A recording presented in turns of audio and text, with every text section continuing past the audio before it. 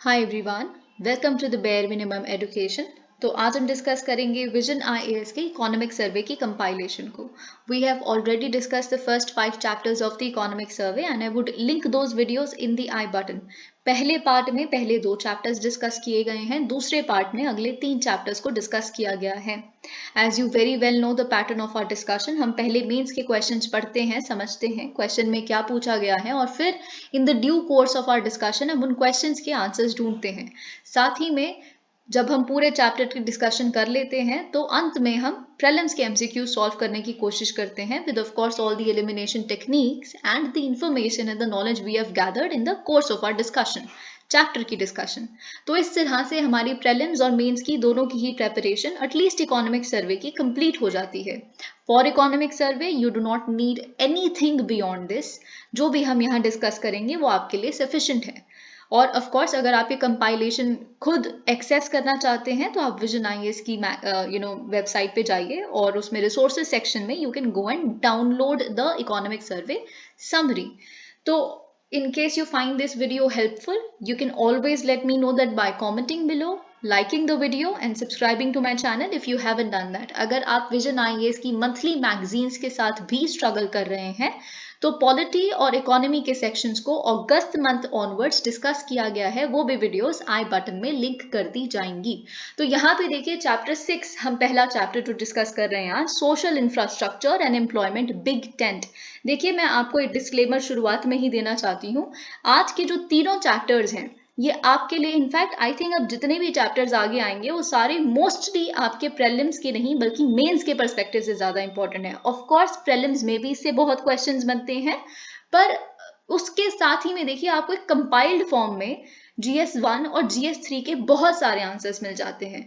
बहुत सारी हर एक पर्टिकुलर, जैसे food processing industry, education, health, insurance, बहुत सारी इस तरह की फील्ड जो आपको एक ही जगह पे आप करंट अफेयर्स कंपाइलेशंस पढ़ते हैं तो स्कैटर्ड फॉर्म में कोई करंट अफेयर अगर किसी महीने में आया होगा तो आपको मिलेगा, या फिर अगर आप बहुत अच्छा कोई सॉलिड स्टैटिक मटेरियल पढ़ते हैं then that's a different thing. पर कोई भी स्टैटिक मटेरियल इस तरह का नहीं होता जिसमें करंट सारी स्कीम्स भी अपडेटेड हो।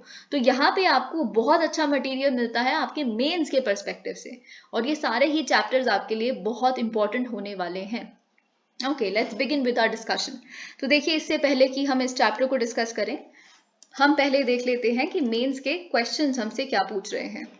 तो पहला क्वेश्चन है that in order to improve the ecosystem of quality of life, India has taken multifaceted social sector initiatives, discuss these initiatives along with the progress achieved in them. तो देखिए क्या है quality of life.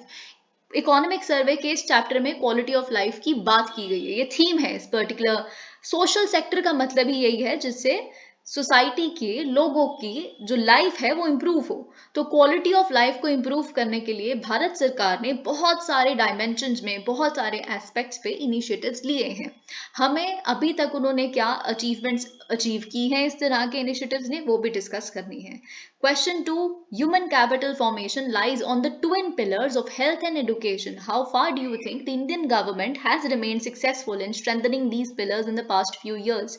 तो आप ये जानते हैं कि ह्यूमन कैपिटल फॉर्मेशन में दो स्तंभों पे खड़ा है बेसिकली ह्यूमन कैपिटल का कॉन्सेप्ट, एक है हेल्थ और एक है एडुकेशन।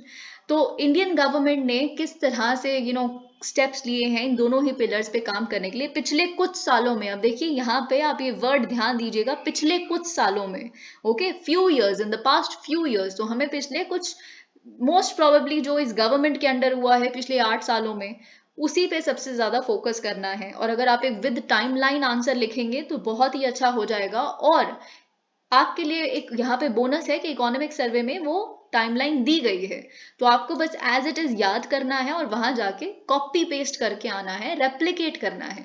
ऑल राइट, तो अब देखिए हम अपनी डिस्कशन शुरू करेंगे। जो भी यहाँ पे लिखा है और जो भी ट्रेंड्स यहाँ ग्राफिक्स में बने हैं हम वो भी डिस्कस करेंगे।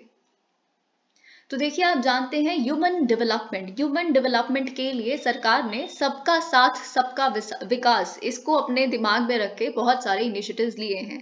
और इन इनिशिएटिव्स में हमने प्रोग्रेस भी देखी है, और ये प्रोग्रेस ना ही केवल social capital, human capital formation के लिए इंपॉर्टेंट है, बल्कि जो भारत ने SDG गोल्स अचीव करने हैं उसमें भी इंप्रूवमेंट लाए हैं।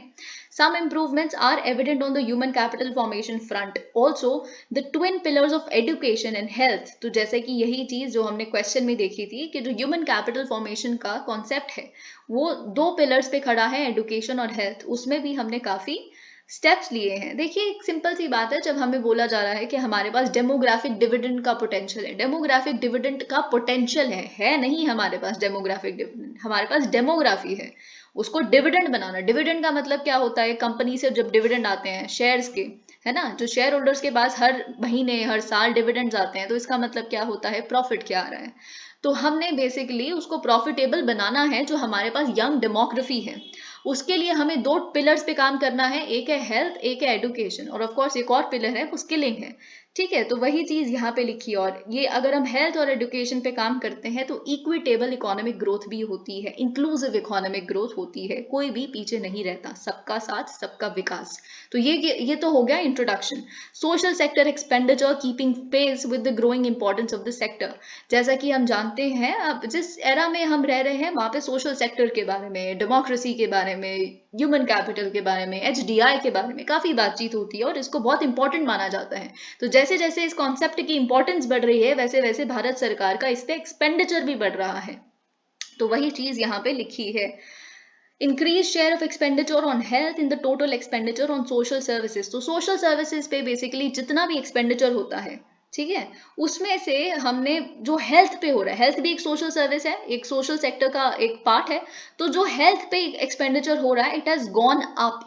तो 21% था 2019 में, अब 26% है 2023 में, यानी कि 5% से इसमें हमने बढ़ोतरी देखी है. अब देखिए हम यहाँ पे अगर ग्राफिक्स देख लें तो टोटल एक्सपेंडिचर कितना है, टोटल एक्सपेंडिचर 2017-18 में 45.2 लाख करोड़ था, फिर उसके बाद 2018-19 में 50.4 लाख करोड़ था. ऑफकोर्स टोटल एक्सपेंडिचर अगर हम देखें तो टोटल एक्सपेंडिचर तो 80.1 करोड़ जा चुका है 2022-23 अगर हम एस्टिमेट्स देखें तो, बजट एस्टिमेट्स. फिर साथ ही में ये जो है it depicts expenditure on social service. तो देखिए सोशल सर्विस पे 11.4 लाख करोड़ हुआ करता था, फिर 12.8, फिर अभी देखिए 21.3 लाख करोड़ पहुंच चुका है. तो मतलब सोशल सर्विसेज पे जो एक्सपेंडिचर हो रहा है of course that has gone up. अब हम देख लेते हैं expenditure on social service as a percentage of GDP, very important for you. तो 6.7% ऑफ जीडीपी बेसिकली यहाँ पे हमें स्पेंड किया करते थे सोशल सर्विसेज पे, फिर 6.8, फिर 6.8 ही रहा, फिर फाइनली अब हम 8.3 देख रहे हैं. तो यानी कि सोशल सर्विसेज पे जो expenditure as percentage of GDP भी हो रहा है, 8.3% of our GDP is going on social services. It has also improved. It has also gone up. फिर लास्ट हम देखते हैं expenditure on social services as a percentage of the total expenditure. तो ये तो हमने देख ही लिया. तो 25.2% यहाँ पे as a percent of total expenditure social services पे हो रहा था, फिर 25.4, फिर 25.2, यहाँ पे हमने डिप देखा, फिर 23.3. तो अगर यहाँ पे क्वेश्चन आ जाए कि पिछले 5-6 सालों में कंटिन्यूसली इंक्रीज हुआ है expenditure on social services as a percentage of total expenditure, तो वो बिल्कुल गलत है, क्योंकि हमने 25.2 यहाँ डिप होते हुए देख लिया, फिर 23.3 देख लिया 2020-21 में, फिर इट इज गॉन अप, फिर उसके बाद यहाँ पे इट इज गॉन अप. तो लेकिन ऑफ कोर्स अगर हम इसके कंपैरिजन में देखें तो expenditure, total expenditure as a total expenditure on social services as a percentage of the total expenditure has definitely gone up. अब देखिए बात ये है ना कि टोटल एक्सपेंडिचर भी तो बढ़ा है, तो पहले थोड़े से एक्सपेंडिचर का इतना भी और अब इतने बड़े एक्सपेंडिचर का इतना यहाँ जाना, of course it speaks highly कि एक्सपेंडिचर बढ़ा है. Health expenditure stands eight 2.1% of GDP. तो देखिए यहाँ पे क्या लिखा है, पिछले साल के कंपैरिजन में जो फाइनेंशियल ईयर 2023 में है ये कम हुआ है. 2.1% ऑफ जीडीपी 2023 में होगा, यानी कि हेल्थ एक्सपेंडिचर, और 2.2% था 2022 में. तो यहाँ पे 2.2% से घट के 2.1% हो गया है. और नेशनल हेल्थ पॉलिसी 2017 की क्या कहती है कि हेल्थ पे एक्सपेंडिचर होना चाहिए 2.5% of the GDP by 2025. So maybe we are on track of it, we are on track to achieve this particular target. Improving human development parameters. तो यहाँ पे देखिए क्या लिखा है, पुअर ग्लोबल एचडीआई लेवल्स. तो ऐसा नहीं है कि कहीं कहीं जगहों पे भारत की अगर परफॉर्मेंस सही है तो 90% ऑफ द कंट्रीज उन्होंने रिडक्शन देखा है अपने HDI यानी कि ह्यूमन डेवलपमेंट इंडेक्स में 2020-21 से लेके 2021-22 में 90% ऑफ द कंट्रीज उन्होंने रिडक्शन देखा है। ये हम UNDP रिपोर्ट की बात कर रहे हैं। India ranked 132 out of 191 countries अगर हम 2021-22 HDI रिपोर्ट के बारे में बात करें, और इंडिया की HDI value stands eight 0.633 in 2021, of course lower than its previous value. तो 90% में से हम भी एक कंट्री हैं जिन्होंने रिडक्शन देखा है अपनी वैल्यू में HDI इंडेक्स में। India's gender inequality index ranked 122, better than that of the south Asian region, और वर्ल्ड एवरेज के क्लोज ही है ये rank. 16.4% of India's population is multi dimensionally poor. अब आप ये जानते हैं कि UNDP का मल्टी डायमेंशनल पॉवर्टी इंडेक्स भी निकलता है, ऑलराइट, जिसमें क्या होता है, health, education, standard of living, इन तीनों पैरामीटर्स पे बेसिकली, ऑफ कोर्स और इसमें सब पैरामीटर्स भी होते हैं, पर ये 3 ब्रॉड कैटेगरीज हैं। इसके बेसिस पे हम देखते हैं कि पॉवर्टी का जो, देखिए पॉवर्टी को केवल इनकम के रूप में नापा जाता था इससे पहले, जब ये मल्टी डायमेंशनल पॉवर्टी इंडेक्स आने से पहले। फिर मोस्ट प्रोबेबली आप कह सकते हैं जो अमर्त्य सेन के वर्क्स हैं कैपेबिलिटी अप्रोच के, जो पॉवर्टी है वो पॉवर्टी से केवल इनकम में नहीं होती, पॉवर्टी कैपेबिलिटी में भी होती है कि आप कैपेबल ही नहीं है कुछ करने का। आप पढ़े लिखे नहीं है तो आप कैपेबल नहीं है ना कई चीज करने के लिए। ओके, आप हेल्दी नहीं है तो पैसा है आपके पास लेकिन you are not able to work, so वो कैपेबिलिटी चीज आ जाती है। तो education, health and of course your standard of living, ये भी मल्टी डायमेंशनल पॉवर्टी के बारे में आपको बताते हैं। तो फिर ये कंसेप्ट आया था वहां से। तो इंडिया में 16.4%, वेरी इंपॉर्टेंट, इस पे क्वेश्चन आ गए, ठीक है। 16.4% of India's population is multi dimensionally poor, okay. और एडिशनल मतलब ओवर एंड अबव दिस 18.7% जो लोग हैं they are classified as vulnerable to multi dimensional poverty. तो ये चीज आप याद रखिएगा, 16.4% मल्टी डायमेंशनल पुअर है, 18.7% वल्नरेबल हैं, हो सकते हैं, ऑलमोस्ट ऑन द वर्ज हैं, एज हैं। अब यहाँ पे ये भी जानना बहुत जरूरी है, percentage of people in multi dimensional poverty. तो ये चीज हम देख चुके हैं 55 पॉइंट। ऑफ कोर्स अब यहाँ पे आपको पता होना चाहिए कि 2005-6 के कंपैरिजन में तो हम बहुत नीचे आ गए हैं, ठीक है। 55.1%, 27.7%, 2015 से 16 के बीच में। अब हम 2019-21 का देखें तो 16.4%। Transformation of aspirational district program, very important. कई चीजें आपके लिए इस बार के लिए और इंपॉर्टेंट हो जाती हैं एस्पिरेशनल डिस्ट्रिक्ट प्रोग्राम से रिलेटेड, जिनमें अचीवमेंट्स क्या हुई, इस पे क्वेश्चन आ सकता है क्योंकि एस्पिरेशनल ब्लॉक्स प्रोग्राम बेसिकली हमारी फिनेंस मिनिस्टर द्वारा अनाउंस किया गया है। तो और हम बहुत ही डिटेल में डिस्कस भी कर चुके हैं न्यूज़पेपर एनालिसिस वीडियोस में, ऑलराइट। तो आपके लिए इस बार के लिए बहुत इंपॉर्टेंट है, 117 एस्पिरेशनल डिस्ट्रिक्ट्स आइडेंटिफाई किए गए थे across 28 states and UTs by NITI Aayog, ये आप जानते हैं। अब अचीवमेंट्स क्या की हैं एस्पिरेशनल डिस्ट्रिक्ट प्रोग्राम में, ये हम देख लेते हैं। हेल्थ एंड न्यूट्रिशन, बहुत सारे एस्पिरेशनल डिस्ट्रिक्ट्स ने जो एवरेज उनकी स्टेट की वैल्यू थी हेल्थ और न्यूट्रिशन के टर्म्स में, उसको सरपास कर दिया। फिनेंशियल इंक्लूजन यानी कि आधार या फिर बैंक अकाउंट्स खुलना, JAM trinity, financial inclusion usually bank accounts खुलना, ठीक है। तो उसमें फिनेंशियल आइडेंटिटी देना किसी को कि आप फिनेंशियल एग्जिस्टेंस भी अब है आपकी, केवल आपकी जो एग्जिस्टेंस है वही नहीं, यू फाइनेंशियली एग्जिस्टेंट ऑल्सो। तो जिनके पास बैंक नहीं है, जनधन ने यही करने की कोशिश की थी ना, जिनके पास बैंक अकाउंट नहीं है उनको बैंक अकाउंट देना। तो फाइनेंशियल इंक्लूजन की अगर हम बात करें तो कुछ aspirational districts have performed better than non aspirational districts in their own states. Governance की अगर हम बात करें तो कहीं एस्पिरेशनल डिस्ट्रिक्ट्स टेम्पलेट बन के निकले हैं, मॉडल बन के निकले हैं गुड गवर्नेंस की, क्योंकि बात यही है। अब देखिए, जब आप बिल्कुल अपना कोर फोकस कहीं पर्टिकुलर डिस्ट्रिक्ट्स पे लगा देंगे तो वहां पे आपने स्टाफ ज्यादा लगाया, वहां पे आपने इंश्योर किया कि सबको आधार कार्ड, पैन कार्ड, उसके लिए आपने एक ही कैंपस बिठा दिया, वहीं पे सारे लोग हैं, एक ही जगह पे आके आप अपने सारे डॉक्यूमेंटेशन करवा सकते हैं, इट बिकम्स इजियर, राइट। तो good governance of course has gone up. 2 more programs, वही चीज जो मैंने आपको बताई थी कि 2 प्रोग्राम्स और अब यहाँ पे आ रहे हैं, एक है मिशन उत्कर्ष और एक है एस्पिरेशनल ब्लॉक्स प्रोग्राम, जो कंसेप्चुलाइज किए गए हैं एस्पिरेशनल डिस्ट्रिक्ट्स के ही लाइंस पे। तो मिशन उत्कर्ष में क्या होता है, मिशन उत्कर्ष भी जनवरी 2022 में ही इसको भी कंसेप्चुलाइज किया गया था, लॉन्च किया गया था, जिसमें क्या हुआ, 15 सेंट्रल मिनिस्ट्रीज हैं, यूनियन मिनिस्ट्रीज हैं। ये इस तरह की मिनिस्ट्रीज हैं जिनका day to day public sector के साथ, पब्लिक के साथ, आम जनता के साथ एक इंटरफेस है, काम है, कोई ताल्लुकात है, उनके लिए काम करते हैं सोशल सेक्टर में। तो इन 15 यूनियन मिनिस्ट्रीज ने आइडेंटिफाई किया कि देखिए हर मिनिस्ट्री को लग रहा था कि 10 से 15 डिस्ट्रिक्ट्स ऐसे हैं जो लो परफॉर्मिंग है, जिसके लिए हम बैठे हैं वो वहां पे पूरा नहीं हो रहा। ठीक है, तो फिर एस्पिरेशनल डिस्ट्रिक्ट प्रोग्राम की तरह ही उन्होंने 10 से 15 डिस्ट्रिक्ट में एक एक मिनिस्ट्री ने ले लिया और उस पर पूरा फोकस लगाना शुरू किया है। तो इन्होंने बेसिकली अपने दिमाग में 2 साल रखे हैं। इन्होंने कहा है कि देखिए पहले साल में हम क्या करेंगे कि जिस पर्टिकुलर स्टेट में ये पर्टिकुलर डिस्ट्रिक्ट है, उस डिस्ट्रिक्ट को उस पूरी स्टेट में जो हर एवरेज हर डिस्ट्रिक्ट का जो एवरेज वैल्यू है उस पर्टिकुलर सेक्टर में, वो अटेन करने की कोशिश करेंगे। यानी कि एवरेज डिस्ट्रिक्ट जो स्टेट में एग्जिस्ट करता है उस लेवल तक लेके आएंगे। अगले साल में क्या करेंगे हम, अगले साल में जो ऑल इंडिया एवरेज है वहां तक पहुंचाने की कोशिश करेंगे। तो ये 2 सालों में बेसिकली वहां पे करने की कोशिश की है। एस्पिरेशनल ब्लॉक्स प्रोग्राम आप बहुत अच्छे से जानते हैं कि 500 मोस्ट बैकवर्ड ब्लॉक्स को चूज किया गया है रैपिड डेवलपमेंट के लिए। अब आप ये भी जानते हैं कि सबसे बड़ा क्या होता है, डिस्ट्रिक्ट होता है, डिस्ट्रिक्ट के अंदर ब्लॉक होता है, ब्लॉक के अंदर विलेज होता है। सर्टन क्लस्टर्स ऑफ या ग्रुप ऑफ विलेजेस एक ब्लॉक फॉर्म करते हैं, ग्रुप ऑफ ब्लॉक्स एक डिस्ट्रिक्ट फॉर्म करते हैं। तो पहले एस्पिरेशनल डिस्ट्रिक्ट वहां पे हमने जो फोकस करना था कर लिया। अब एस्पिरेशनल डिस्ट्रिक्ट में ऐसा देखा हमने कि कई ब्लॉक्स ऐसे हैं जो अंडर परफॉर्मिंग रह गए, उस पर और फोकस केंद्रित करने की जरूरत है। तो वही चीज यहाँ पे हो रही है। ओके,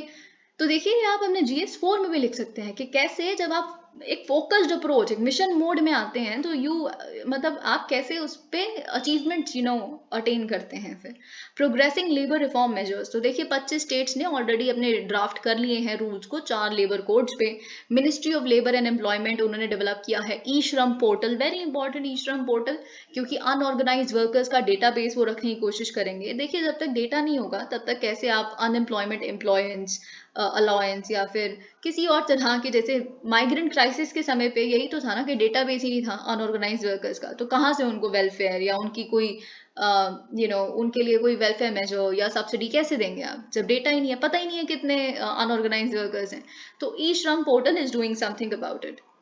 अब यहाँ पे over 28.5 crore unorganised workers register भी हो चुके हैं, चाहे वो एग्रीकल्चर से हो। देखिए एग्रीकल्चर तो almost entirely agricultural workers unorganised sector में आ जाते हैं। ऑर्गेनाइज अनऑर्गेनाइज सेक्टर आप जानते हैं, I suppose organised sector usually एक सेट नंबर ऑफ वर्कर्स हैं, ठीक है, GST नंबर है, टैक्स भर रहे हैं, तो वो ऑर्गेनाइज सेक्टर हो जाता है जिसमें 10 से ज्यादा ऐसे आप जानते हैं। और अनऑर्गेनाइज यानी कि, और क्वालिटी ऑफ वर्क भी ऑफ कोर्स मैटर करता है।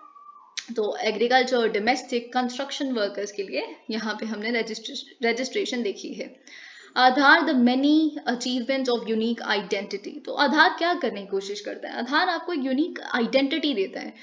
अगर आपसे आपके मेंस में क्वेश्चन आ जाता है GS1 में कि क्या है, what has Aadhaar done so far and what are the challenges and what are the criticisms of Aadhaar, and you read about Aadhaar at length, almost every day हम कोई ना कोई आधार पे कुछ न्यूज़पेपर में देख लेते हैं, किसी को क्रिटिसाइज करते हुए। आप सुप्रीम कोर्ट जजमेंट्स के बारे में जानते हैं कि आधार एक्सक्लूजनरी नहीं होना चाहिए, आधार शुडंट बी यूज्ड ऐसे एक सेट फैक्टर के उसके बिना कोई आपको बेनिफिट ही नहीं बनेगा। फिर हमने प्रिवेसी का भी एक फैक्टर देखा है। जो क्रिटिसिज्म तो आप बहुत कुछ लिख सकते हैं। अब आधार ने इतने सालों में किया क्या है, या बस इतने ही पॉइंट लिखाएंगे ना, इसको ऑफ कोर्स एलैबोरेट तो आप एक लाइन में और कर ही सकते हैं। ये 5-6 पॉइंट्स आप लिख देंगे तो आपकी रिपोर्ट कार्ड तैयार हो गई आधार की।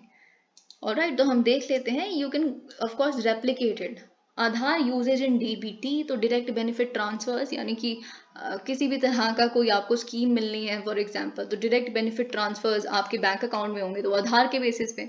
ओके, फिर उसके बाद जैम ट्रिनिटी आप जानते हैं, जैम ट्रिनिटी में JAM 3 लेटर्स हैं। J stand for Jan Dhan, A stand for Aadhaar and M stand for mobile penetration. तो जिससे क्या होगा, SMS वगैरह अगर आपको भेजने हों, जैसे आप फिशरमैन हैं और हमें आपको मैसेज देना है, सैटेलाइट्स आज की ये बता रही हैं, इसरो का एक रिमोट सैटेलाइट सेंसिंग ऐसे जो भी हैं वो बताते हैं कि यहाँ पे स्टॉर्म आने वाला है, तो आपको SMS भेजना है, तो मोबाइल पेनिट्रेशन होगी तब तो आएगा ना। तो जैम, तो नंबर 1 था यूजेज इन DBT, नंबर 2 है जैम ट्रिनिटी, नंबर 3 है PM किसान निधि। आप जानते हैं PM किसान सम्मान निधि में 6,000 रुपए अगर आने हैं 1 साल के तो कैसे आएंगे, आपके बैंक अकाउंट में आएंगे, आधार के बेसिस पे आएंगे। Point number 4, Aadhaar enabled payment systems. Point number 5, one nation one ration card. तो वो कैसे हो पाया? आधार के माध्यम से। फिर ये कोविन, देखिए कोविड का फैक्टर तो आप हर चीज में डाल दीजिए, हर चीज में। कुछ ना समझ आए ना आंसर लिखते हुए, खुद से पूछिए कि कुछ तो कोविड के समय पे हुआ होगा इससे रिलेटेड, तो कुछ ना कुछ तो आपको जरूर मिल जाएगा। तो क्या हुआ था? कोविन हुआ था। कोविन जो वेबसाइट है जिसके माध्यम से आपने रजिस्ट्रेशन करवाई, है ना? तो आगे हम कोविन के बारे में पढ़ेंगे, कुछ बहुत सारी इंपॉर्टेंट चीजें, ठीक है? तो you can expect a question on CoWIN prelims में भी, ठीक है? फेस ऑथेंटिकेशन, तो ये सारी चीजें आप लिख सकते हैं। अब देखिए 318 central schemes and over 720 state DBT schemes are notified under section 7 of Aadhaar card 2016, Aadhaar Act 2016, जो डिलीवरी ऑफ सर्विसेज के लिए बेसिकली हम इन्वोक करते हैं। देखिए अब आपके लिए जानना बहुत जरूरी है, क्योंकि इकोनॉमिक सर्वे में सेक्शन 7 के बारे में बात की गई है। यूजुअली इकोनॉमिक सर्वे में सेक्शन वगैरह ऐसा ऐसा कुछ नहीं लिखा होता, पर अगर लिखा है तो आपके लिए जरूरी है। तो सेक्शन 7 आपके लिए प्रीलिम्स में आ चुका है क्वेश्चन, 2020 का प्रश्न पेपर उठाइए और आपको मिल जाएगा, ठीक है? सेक्शन 7 क्या कहता है आधार एक्ट 2016 का, कि अगर कोई इंडिविजुअल किसी भी तरह की सब्सिडी, बेनिफिट या सर्विस अवेल करना चाहता है जिसके लिए expenditure consolidated fund of India से या फिर कंसोलिडेटेड फंड ऑफ स्टेट से हो रहा है, तो फिर आपको प्रूफ के रूप में फर्निश करना पड़ेगा अपने आधार नंबर को, ठीक है? या फिर आपको आधार बेस्ड ऑथेंटिकेशन के थ्रू अंडरगो करना पड़ेगा। लेकिन आप ये जानते हैं अगर एक इंडिविजुअल के पास आधार नहीं है तो वो एप्लीकेशन जल्दी से जल्दी डाल दे अपने एनरोलमेंट की, और उसको ऑल्टरनेट जो भी वायबल मीन्स है आइडेंटिफिकेशन के, वो उस पर अप्लाई होंगे। ऐसा नहीं है कि उसको सब्सिडी बिल्कुल नीडी बंदा है, हम उसको नहीं डिनाई कर सकते। तो ये बात आपको पता है, ठीक है? कि अगर बाई चांस उन्होंने आधार के लिए ऑलरेडी अप्लाई किया हुआ है तो वो एप्लीकेशन नंबर है या बैंक पासबुक भी काम कर जाती है। तो ये सारी चीजें हम जानते हैं, पर आपको सेक्शन 7 के बारे में पता होना चाहिए, क्योंकि उसमें आई थिंक एक उस क्वेश्चन में एक स्टेटमेंट यही है कि अगर कंसोलिडेटेड फंड ऑफ इंडिया से कोई सब्सिडी या कोई इस तरह का बेनिफिट चाहिए तो you need Aadhaar. Improving employment trends, the supply side of labour. तो supply side of labour, demand side of labour, supply कौन करेगा? जो आप हैं, हम हैं, जो भी लेबर फोर्स है, आम इंसान जो काम करना चाहते हैं, ठीक है? और फिर डिमांड कहाँ होगी? जिसने हमें एम्प्लॉय करना है। The supply side of labour is studied through, तो ये आप जानते हैं कि कौन स्टडी करता है सप्लाई साइड को? पीरियोडिक लेबर फोर्स सर्वे, जो हम बहुत डिटेल में डिस्कस कर चुके हैं, लेबर फोर्स क्या होता है पिछली वीडियो में भी। तो आप जानते हैं periodic labour force survey is conducted by MoSPI, which is Ministry of Statistics and Program Implementation. The demand side of labor, तो अब ये तो हमने देख लिया कि कौन लेबर फोर्स में है, कौन काम या तो ढूंढ रहा है या कौन एम्प्लॉयड है, वो लेबर फोर्स होता है, राइट? तो वो मॉस्पी कंडक्ट करता है ये सर्वे। लेकिन जो डिमांड साइड है, जो एस्टैब्लिशमेंट यानी कि जो कंपनी बेस्ड कौन सी जगहों पे जॉब्स हैं, वो एनुअल सर्वे ऑफ इंडस्ट्रीज होती है by MoSPI only. Quarterly employment survey by labour bureau, तो एनुअल सर्वे मॉस्पी करता है, क्वार्टरली सर्वे करता है लेबर ब्यूरो। ओके, तो हम ये भी देख लेते हैं परसेंटेज ऑफ टोटल वर्क। इस तरह की चीजें जो ग्राफिक्स में बनी हुई है ना, आपके प्रीलिम्स के पर्सपेक्टिव से इंपॉर्टेंट हो जाती हैं, ठीक है? तो यहाँ पे लिखा है कि percentage of total work force, तो टोटल वर्क फोर्स में से सबसे ज्यादा मैक्सिमम आप देख सकते हैं सेल्फ एम्प्लॉयड लोग हैं। फिर उसके बाद नंबर 1 पे ये हो जाता है। नंबर 2 कैजुअल लेबर है। नंबर 3 है रेगुलर वेज और सैलरीड पीपल, ठीक है? तो कैजुअल में यहाँ पे 23 आप देख रहे हैं, यहाँ पे 21 आप देख रहे हैं, यहाँ पे 56 देख रहे हैं। तो number 1 is self employed, number 2 is casual labour, number 3 is regular wage या फिर सैलरीड पीपल। तो अगर हम सप्लाई साइड ऑफ एम्प्लॉयमेंट को देखें, labour markets have recovered beyond pre Covid levels. Pre Covid level से भी हम ज्यादा रिकवर कर चुके हैं, ठीक है? तो ये चीज यहाँ पे लिखी है, तो नॉर्मल सी से भी ज्यादा लेबर मार्केट्स रिकवर कर चुके हैं, चाहे वो अर्बन एरियाज हो चाहे वो रूरल एरियाज हो, ठीक है? सप्लाई साइड की हम बात कर रहे हैं। तो unemployment rates are falling from 5.8% से 4.2% पे फॉल कर गया है। इम्प्रूवमेंट इन एम्प्लॉयमेंट इंडिकेटर्स, चाहे वो LFPR हो, चाहे वो वर्कर पॉपुलेशन रेशो हो, यानी कि कितने लोग एम्प्लॉयड हैं टू दी एंटायर पॉपुलेशन का रेशो जो होता है, या अनएम्प्लॉयमेंट रेट हो, सब में हमने इंप्रूवमेंट देखी है, चाहे वो मेल्स हो या फीमेल्स हो, चाहे वो रूरल एरियाज हो चाहे वो अर्बन एरियाज हो। ये स्टेटमेंट भी आप याद रखिएगा। Okay, measurement issues in female. अब देखिए ये आपको याद होगा, mister Bibek Debroy, a very well known economist, आप उन्हें कौन नहीं जानता, ठीक है? तो उनका इकोनॉमिक सर्वे में, उनका इंडियन एक्सप्रेस में ये एडिटोरियल आया था, और वो एडिटोरियल उन्होंने इकोनॉमिक सर्वे को डिस्कस करते हुए लिखा था। इकोनॉमिक सर्वे पे, बजट पे हमने काफी एडिटोरियल्स भी डिस्कस किए हैं, तो ये अगर आपने वो वीडियो देखी है तो it wouldn't be an issue for us. और आपको याद होगा विवेक देब्रॉय ने जी ने ये कहा था कि देखिए जब हमारी खुद की ही टेक्निक ही गलत है, मेथड ही गलत है female labour force participation rate को कैलकुलेट करने का, तो फिर हम दूसरों बाहर वालों को, इंटरनेशनल बॉडीज को, फोरम्स को नहीं कह सकते कुछ के आप ये मत बोलिए कि जेंडर इम्बैलेंस है हमारी वर्कफोर्स में। बिल्कुल कहेंगे, वो गलती हमारी है। ठीक है, तो वो चीज इकोनॉमिक सर्वे ने भी कहा है कि देखिए 3 चीजें हैं ना, 3 चीजें हमारा जो LFPR है वो मिस कर देता है, 3 रियलिटीज को। तो 3 मेन मेजरमेंट इश्यूज है हमारे लेबर फोर्स पार्टिसिपेशन रेट के साथ। पहला क्या है, पहला हम यहां से शुरू करते हैं लास्ट पॉइंट से। Limiting productive work to labour force participation is narrow and only measures work as a market product as it does not include the value। अब देखिए यहाँ पे क्या लिखा है कि अगर आप सपोज कीजिए, हम यहाँ पे क्या करते हैं कि हम बस ये देखते हैं लेबर फोर्स पार्टिसिपेशन, कोई काम ढूंढ रहा है या कर रहा है, कहीं एम्प्लॉयड है तो ही वो लेबर फोर्स का पार्ट है, विमेन के केस में अगर हम देखें। ठीक है, या फिर वो कोई मार्केट प्रोडक्ट बनाएगा ही वही वर्क होता है ना। जिस जिस काम से कोई एक मार्केट प्रोडक्ट निकल के आए या जिस काम को इकोनॉमिक एक्टिविटी कह सके, तभी आप लेबर फोर्स के अंडर माने जाएंगे। यही होता है ना लेबर फोर्स पार्टिसिपेशन रेट में, इसी तरह से सर्वे किया जाता है, हाउस होल्ड बेस्ड सर्वे, जा जाके पूछा जाता है। ठीक है, तो अब आप खुद सोचिए, मैं आपको ये उस वीडियो में भी एग्जांपल मैंने यही दिया था। अब आप विंटर्स हैं, ठीक है, एक घर में 4 लोग हैं और 5वीं एक मदर है, यानी कि हस्बैंड की वाइफ है उसमें और बाकी उनके बच्चे हैं। ठीक है, अब वो जो मदर हैं वो 4 स्वेटर्स सिलती हैं, ठीक है, निट करती हैं, और ये 4 स्वेटर्स वो पहन लेते हैं सारे। और अब आप खुद इसको आप कुछ नहीं गिनेंगे, आप इसको लेबर फोर्स या इसको वर्क या इकोनॉमिक एक्टिविटी कुछ नहीं गिनेंगे। लेकिन क्यों नहीं गिनेंगे? अगर आप ये स्वेटर आपके लिए आपकी मदर या आपकी वाइफ नहीं बुनती तो फिर आप ये बाहर से खरीदते, तो कुछ खर्चते ना पैसे। तो वही पैसे बचा के आपने अपनी वाइफ या अपनी मदर से सिलवा लिया अपने स्वेटर्स। तो है तो ये भी एक वर्क ही, बन तो इसी से भी एक मार्केट प्रोडक्ट ही रहा है, एक्सपेंडिचर सेविंग वर्क ही तो है। तो क्यों इसको लेबर फोर्स या एक वर्क के रूप में नहीं गिनना? तो पहला तो ये फ्लॉ हो गया। ठीक है, दूसरा हम देखते हैं, relies mainly on a single question for measuring the labour force status of an individual which is contrary to ILO recommendations. ILO recommendation जब खुद कहती है, देखिए ILO ने बताया है 2011-12 में जो भारत की female labour force participation rate है वो 55% या 51% के करीब है, which is more than half. अगर हम ये सारी एक्टिविटीज को ब्रॉड इस तरह से गिने, और हम कह रहे हैं कि नहीं हमारी female labour force participation rate 2011-12 के लिए कुछ 20-30% के करीब है, तो गलती किसकी है? ठीक है, ILO की रिकमेंडेशंस कोई नहीं मान रहे, हम सिंगल क्वेश्चन कहते हैं लेबर फोर्स वो है जी स्टेटस जो या तो आप काम ढूंढ रहे हो या कर रहे हो, एक इकोनॉमिक एक्टिविटी जो गिनी जाती है जिससे कुछ इकोनॉमिक प्रोडक्टिव वर्क बने। तो ये चीज। तीसरा फ्लॉ क्या है? Use of overly broad categories by clubbing productive work with domestic duties. चलिए एक बारी को हमने मान लिया डोमेस्टिक ड्यूटीज जो हाउस होल्ड वर्क है या होम मेकर्स का जो वर्क है उसको आप कुछ नहीं गिनते, इकोनॉमिक एक्टिविटी गिनते ही नहीं। ठीक है, तो चलिए ठीक है, ये प्रोडक्टिव वर्क नहीं है, हमने मान लिया। तो लेकिन कई वर्क्स तो प्रोडक्टिव हैं, जो खेती बाड़ी कर रहे हैं, चलिए खेती बाड़ी भी छोड़िए, जो फायरवुड कलेक्शन कर रहे हैं, आपको पता है कितना प्रोडक्टिव वर्क है और कितना इसमें एम्प्लॉय करके किसी से काम करवाना पड़ेगा आपको। पोल्ट्री फार्मिंग, इस तरह के काम, ठीक है, ये हाईली प्रोडक्टिव वर्क को आप क्लब कर रहे हैं अनप्रोडक्टिव अगर हम मान लें चलिए डोमेस्टिक ड्यूटीज के साथ, और कह रहे हैं कि ये सारी बेसिकली लेबर फोर्स में नहीं आते। तो ये 3 फ्लॉज बेसिकली इकोनॉमिक सर्वे ने पॉइंट किए हैं जो हमें सही करने हैं। Role of SHGs in women's empowerment, I guarantee you are going to get a question on self help groups in GS2। आप जानते हैं, जैसे कि मैंने आपको पहले ही बताया है कि GS2 में कहीं तो लो हैंगिंग फ्रूट्स होते हैं, एक होता है NGOs है ना, एक होता है प्रेशर ग्रुप्स, एक होता है SHG। हर साल ऑल्टरनेटिवली आप एक पे क्वेश्चन मिल जाता है आपको। अब इस साल SHG पे ही क्यों आएगा?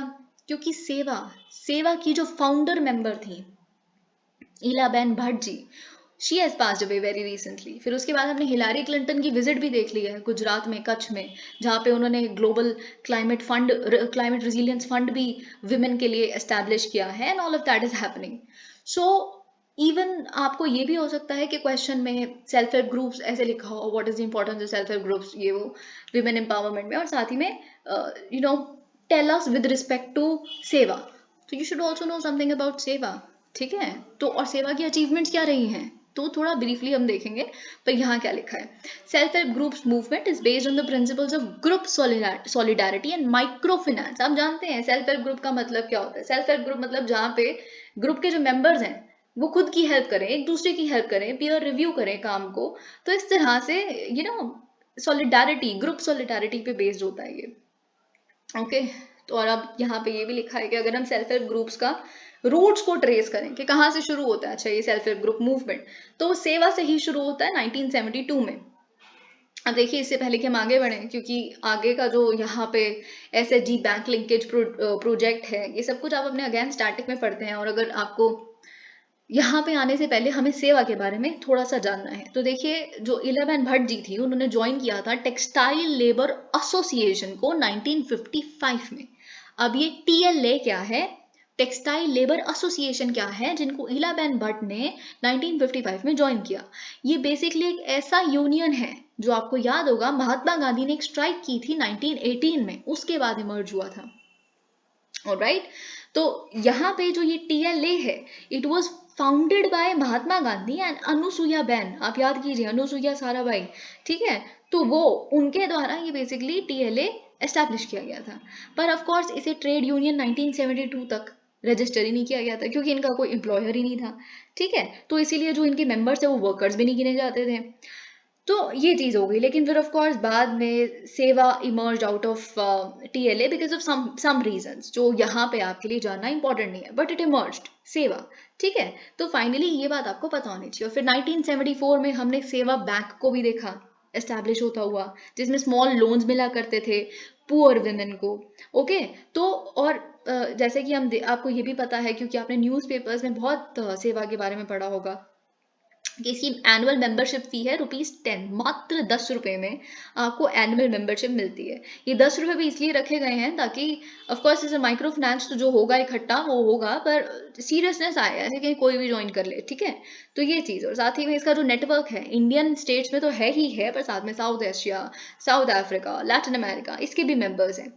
तो यहाँ पे बेसिकली वो try and rehabilitate women in personal and even political और सोशल क्राइसिस।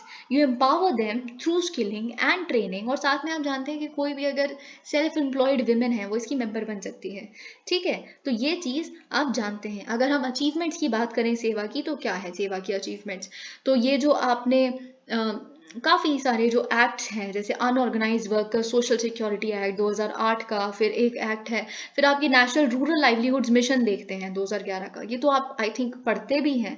फिर स्ट्रीट वेंडर्स एक्ट। अब सबसे ज़्यादा अगर हम रीसेंट देखें, जो ये पीएम स्वनिधि स्कीम है जो स्ट्रीट वेंडर्स के लिए थी, it was inspired by SEWA's model only, ठीक है। तो जब अगर आपको क्वेश्चन मिलेगा ना, सेवा का भी अगर एक क्वेश्चन में फैक्टर है, तो आप उसका कंटेम्प्रेरी रेलेवेंस लिखिए, पीएम स्वनिधि स्कीम के बारे में लिखिए, ठीक है। तो ये आपको पता होना चाहिए। फिर और क्या लिख सकते हैं आप, अब कोविड का फैक्टर, जैसे कि मैंने आपको बताया हर चीज में कोविड घुसा दो, कुछ नहीं समझ आए तो 1 मार्क्स तो वहां मिल जाएगा आपको, कुछ बना चना के लिखा होगे तो क्या हुआ था कोविड में सेवा ने लॉन्च किया था Anubandh. Anubandh is an e commerce platform, जिसमें सेलर्स को बायर से कनेक्ट करना है, क्योंकि बहुत सारी जो सेल्फ एम्प्लॉयड वुमेन है, जो हैंडीक्राफ्ट, बहुत इस तरह का काम करती हैं, ठीक है। तो उनके जो चूल्हे हैं वो जलते रहे। उन सेलर्स को, जो सब कुछ बंद हो गया अचानक से, लॉकडाउन हो गया, उनको कनेक्ट किया बायर्स के साथ, ठीक है। अनुबंध, या आप एग्जाम्पल के रूप में, कंटेम्प्रेरी रेलेवेंस के रूप में लिख सकते हैं। अब देखिए यहाँ पे जैसे हम देख रहे हैं एसएचजी बैंक लिंकेज प्रोजेक्ट के बारे में, जिसे 1992 में लॉन्च किया गया। It is the world's largest micro finance project, ठीक है। तो आपके लिए एक फैक्टर और इंपॉर्टेंट है, क्योंकि एसएचजी इतनी बड़ी बात बन चुकी है, तो प्रीलिम्स के लिए एसके कालिया कमेटी, ये एसके कालिया कमेटी के बारे में आप आई होप जानते होंगे। तो एसके कालिया कमेटी के रिकमेंडेशन पे एसएचजी बैंक लिंकेज प्रोग्राम आया था, ठीक है। तो ये आपको पता होना चाहिए। इसमें क्या होता है कि एसएचजीज को प्रमोट किया जाता है एनजीओज या गवर्नमेंट एजेंसीज द्वारा, पर फिनेंस किया जाता है बैंक्स द्वारा। बहुत छोटे छोटे से लोन्स मिलते हैं, ठीक है। तो इसमें नबार्ड आप जानते हैं, सबसे पहले तो नबार्ड के साथ ही लिंक किया गया था 500 एसएचजीज को, ये बात आप जानते हैं। नबार्ड का ही आप कह सकते हैं इनिशिएटिव सॉर्ट ऑफ चीज थी ये। Okay, it is a pilot project which was started by NABARD on NABARD's initiative. तो ये बात आपको पता होनी चाहिए, ठीक है। और यहाँ पे एसएचजी देखिए, अगर आप पता है कभी एसएचजी बैंक लिंकेज प्रोग्राम फिर नबार्ड लिखेंगे ना, तो ऐसे कभी उनकी वेबसाइट पे जाके, तो बहुत ब्यूटिफुली मतलब ये बात लिखी हुई है कि हाउ एसएचजीज मस्ट प्रैक्टिस पंचसूत्र, ठीक है। 5 चीजें उनको फॉलो करनी है। रेगुलर मीटिंग्स, बहुत जरूरी है किसी भी चीज को फंक्शन करने के लिए, जीवित रखने के लिए, ऑपरेशनल रखने के लिए रेगुलर मीटिंग्स होना बहुत जरूरी, regular savings, regular interloaning, timely repayment. Of course जो ऐसा कहना कि अगर एक दो बंदा कोई नहीं भी है बीच में हमारे ग्रुप में से कि छोड़ देते हैं, डिफॉल्ट कर देते हैं अपने लोन पे, ये वो है ना, इस तरह का कुछ भी होता है, तो जो ऑनेस्ट होते हैं ना, जो ऑनेस्ट मेंबर्स हैं बाकी, तो फिर वो उसको नज करने की कोशिश करते हैं, तो it works right. Honest members would always नज their peers कि नहीं, it is wrong, it is actually very bad. So timely repayment and up to date books of accounts to avail loans from the banks. Trust, वो जो आपकी credit worthiness है वो रहनी चाहिए, ठीक है। Role played by SHGs for women empowerment. Very important some data here कि 67 lakh SHGs have received collateral free loans of 1.51 lakh crore. 67 lakh SHGs have received collateral free loans of 1.151 lakh crore. ठीक है, तो यहाँ पे ये चीज लिखी है। ओके, प्रधानमंत्री गरीब कल्याण योजना के बारे में भी आप लिख सकते हैं कि कैसे उसमें जो लिमिट थी कोलेटरल फ्री लोन की, आपके प्रीलिम्स के पर्सपेक्टिव से भी इंपॉर्टेंट है, विमेन एसएचजीज के लिए उसे डबल कर दिया गया था 10 लाख से 20 लाख तक। तो अभी अगर उसमें 10 लाख लिखा है तो स्टेटमेंट गलत है, क्योंकि 20 लाख है इस लोन की जो अपर लिमिट है, ठीक है, ताकि हम 63 लाख विमेन एसएचजीज को बेनिफिट कर सके। इंडिया हैज, ये पैंडेमिक के टाइम पे जो पैकेज आया था उसी की बात कर रहे हैं हम। इंडिया हैज अराउंड 1.2 करोड़ एसएचजीज of which 88% being all women एसएचजीज, तो बहुत इंपॉर्टेंट है, ठीक है। तो बाई चांस अगर ये स्टेटमेंट है कि less than 50% of एसएचजीज in India are all women एसएचजीज, wrong, 88% are all women एसएचजीज। तो कुछ एग्जाम्पल्स आप लिखेंगे, एग्जाम्पल्स के बिना तो आपका आंसर भी कंप्लीट नहीं होता। कुदुम्बश्री केरला, जीविका बिहार, जिसमें आपको याद होगा हमने डिस्कस किया था कि कैसे जो अब लिकर बैन है बिहार में तो बॉटल्स मिल जाती हैं, जब आप रेट डालते हैं कहीं पे इतनी सारी बॉटल है वहां पे लिकर्स की, ठीक है, कांच की। तो जीविका क्या करने की कोशिश करी है बिहार में, वो उसके ऊपर उनसे बैंगल्स बनाने की कोशिश करी उस कांच से, उन कांच की बॉटल से रिसाइकल करके, ठीक है। तो Kudumbashree of Kerala you know very well, Jeevika of Bihar you have got an example also, तो अब और याद रखना आसान हो जाएगा। महिला आर्थिक विकास महिला मंडल इन महाराष्ट्र, ठीक है। तो ये सारी चीजें अब देखिए, ये सब कुछ तो आप लिख ही लेंगे, कैसे पैंडेमिक में मास्क बनाया, सैनिटाइजर, सबको पता है। पर साथ ही में यहाँ पे कुछ नाम है और उन्होंने कोविड के समय पे कैसे कंट्रीब्यूट करा, आपके लिए बहुत इंपॉर्टेंट है। ये सारे ही नाम ऑलमोस्ट हम पता है न्यूज़पेपर्स में एक करके डिस्कस कर चुके हैं, आए हैं क्योंकि इंडियन एक्सप्रेस में। तो जो पत्रकार दीदीज थी झारखंड की, उन्होंने कैसे अवेयरनेस जनरेट की पैंडेमिक से रिलेटेड, जो मिथ्स थे उनको ब्रेक किया। प्रेरणा कैंटीन इन उत्तर प्रदेश, तो कैसे उन्होंने कम्युनिटी किचन चलाए, प्रेरणा कैंटीन इन उत्तर प्रदेश। पशु सखीज, आप ये जानते हैं वेटनरी, जिन्हें डॉक्टर दीदीज भी कहते हैं, ठीक है। तो पशु सखी जो ये झारखंड, मोस्टली झारखंड और छत्तीसगढ़ में ही है। तो for animal health care services supporting farm livelihoods, Aajeevika farm fresh online selling and distribution, again Jharkhand, Aajeevika के बारे में आपको पता है। बैंक सखीज, ठीक है, तो बैंक सखीज यहाँ पे आप देख सकते हैं। डिमांड साइड ऑफ एम्प्लॉयमेंट, अब देखिए इससे पहले कि हम ये डिस्कस करें डिमांड साइड ऑफ एम्प्लॉयमेंट क्या होगी, ऑफ कोर्स जो इंडस्ट्रीज हैं, चलिए हम पहले यही देख लेते हैं, फिर हम ये sector wise share of total employment, very important for your prelims. Study upward trend in employment in, very important आपके प्रीलिम्स के परस्पेक्टिव से, कि हमने ऑर्गेनाइज्ड मैन्युफैक्चरिंग सेक्टर में स्टडी अपवर्ड ट्रेंड देखा है, मतलब ऑर्गेनाइजेशन यानी कि फॉर्मलाइजेशन ऑफ इकोनॉमी हो रही है एटलीस्ट मैन्युफैक्चरिंग सेक्टर में। Okay, in terms of share of employment, तो अगर हम शेयर ऑफ एम्प्लॉयमेंट देखें मैन्युफैक्चरिंग सेक्टर में, जो फूड प्रोडक्ट्स इंडस्ट्री है 11.1% वहां से एम्प्लॉयमेंट आती है मैन्युफैक्चरिंग सेक्टर में, ठीक है। तो it remains the largest employer. फिर उसके बाद एपरल आता है 7.6, फिर उसके बाद बेसिक मेटल्स आता है 7.3, ठीक है। तमिलनाडु बहुत इंपॉर्टेंट, आप न्यूज़पेपर सुनते हैं, आप मेरी वीडियोस देखते हैं तो आपको पता है, हमने जब जीएसटी डिस्कस किया था हमने देखा था Tamil Nadu why it cries you know GST की वजह से, बिकॉज एक्चुअल में जो जीएसटी है वो एक consumption based destination based tax है, तो जो डेस्टिनेशन बेस्ड स्टेट है उसको मिल जाता है, जबकि तमिलनाडु प्रोड्यूसर स्टेट है, सबसे ज्यादा फैक्ट्रीज यहाँ पे है, largest number of person engaged in factories are in Tamil Nadu, ठीक है। अगर आप वहां से भी थोड़ा अप्लाई कर ले अपने नॉलेज तो आपको याद होगा। फिर सेकंड नंबर पे आता है गुजरात, थर्ड नंबर पे आता है महाराष्ट्र। मोर देन 60% फैक्ट्रीज, अब ये भी बहुत इंपॉर्टेंट है, मोर देन 60 मतलब यानी कि अगर मोर देन हाफ भी आपका एक स्टेटमेंट लिखा हुआ है तो वहां पे लेस देन 50 एम्प्लॉयज हैं, ठीक है। Number of person demanding work under, तो देखिए अगर आपको बस इतना फैक्ट भी पता है ना कि भारत में मोस्टली स्मॉल इंडस्ट्रीज हैं या फिर इतना, तो 50 एम्प्लॉयज से कम ही होंगी maximum factories. Number of person demanding work under MNREGA, तो वो स्टेबलाइज होते दिख रहा है। ये चीज़ यहाँ पे लिखी है। Sector wise share of total employment, तो देखिए सबसे ज़्यादा 39% जो मैन्युफैक्चरिंग, आपके लिए ये सबसे इंपॉर्टेंट चीज़ है कि मैन्युफैक्चरिंग से सबसे ज़्यादा एम्प्लॉयमेंट जनरेट होती है, 39%, नियरली 40%। ठीक है, फिर उसके बाद नंबर 2 पे क्या आ रहा है? नंबर 2 पे आ रहा है एडुकेशन। ठीक है, एडुकेशन सेक्टर, सर्विसेज हो गई, एडुकेशन तो चलिए। उसके बाद हम देख लेते हैं 12% आ रहा है IT BPOs।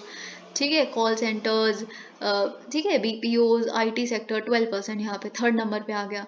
फिर उसके बाद आता है 11% हेल्थ।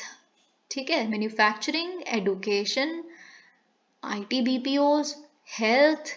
फिर उसके बाद सबसे कम भी देख लेते हैं हम, सबसे कम कंस्ट्रक्शन। यूजुअली आपको लगेगा कि कंस्ट्रक्शन वाला जो सेक्टर है वहाँ पे बहुत इंप्लॉयमेंट होती होगी, तो कंस्ट्रक्शन में 2% है, तो आप खुद देख लीजिए। ठीक है, तो ये चीज़ आपको याद रखनी है। नेशनल करियर सर्विस प्रोजेक्ट 2015 में इसे लॉन्च किया गया था। वन स्टॉप सोल्यूशन आप जानते हैं, providing a narrow employment and career related services. आपको करियर बताएंगे भी, जॉब सीकर्स को जॉब जो एम्प्लॉयर्स हैं उनके साथ लिंक करना इनका काम है। 2.8 crore job seekers and 6.8 lakh employers have registered with this portal.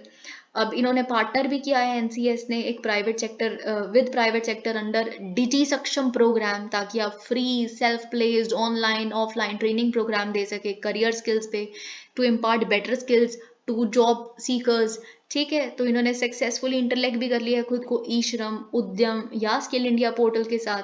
ठीक है, तो ये चीज़ यहाँ पे, so that we have a better employment ecosystem. साथ ही में रिसेंटली इन्होंने इंटरनेशनल जॉब मॉड्यूल भी ऐड किया है, जैसे जो ओवरसीज अगर आप बाहर जॉब करना चाहते हैं तो आपके लिए आसान हो जॉब ढूंढना, और बाहर वालों के लिए आसान हो इंडियन स्किल्स को आपको कनेक्ट कर देंगे ना उनके साथ, तो इंडियन स्किलफुल लोगों को एम्प्लॉय करना। The trend in rural wages, अब nominal rural wages have increased at a steady positive rate. Steady word पढ़ के गलत मत कराना, ठीक है। तो नॉमिनल रूरल, नॉमिनल में क्या होता है कि आप इन्फ्लेशन नहीं हटाते, इन्फ्लेशन इंक्लूडेड है इसमें, ठीक है। तो जब हम नॉमिनल में से माइनस कर देते हैं इन्फ्लेशन वाले फैक्टर को, तो रियल वेज, ठीक है। तो ये चीज़ वो अब आपका स्टैटिक पोर्शन है। तो जो नॉमिनल रूरल वेजेस हैं उसमें हमने पॉजिटिव रेट देखा है during 2023, year on year growth 5.1% for main and 7.5% for women. तो 7.5% फॉर विमेन, यानी कि ग्रोथ ज़्यादा जो हुई है नॉमिनल रूरल वेजेस में, वो विमेन के लिए ज़्यादा हुई है, ठीक है।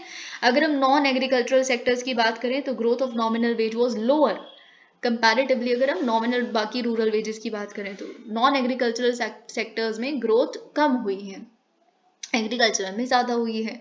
The current growth in real rural wages has been negative, very important for you.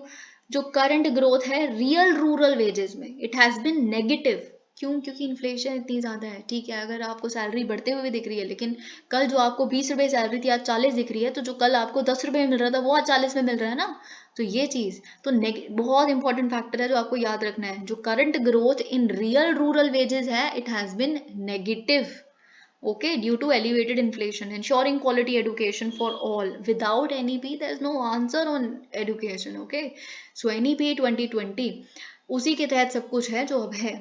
School enrolment and drop out, जो एनरोलमेंट रेशो है in the primary enrolment and upper primary enrolment, primary में भी अपर प्राइमरी में भी improvement देखी है।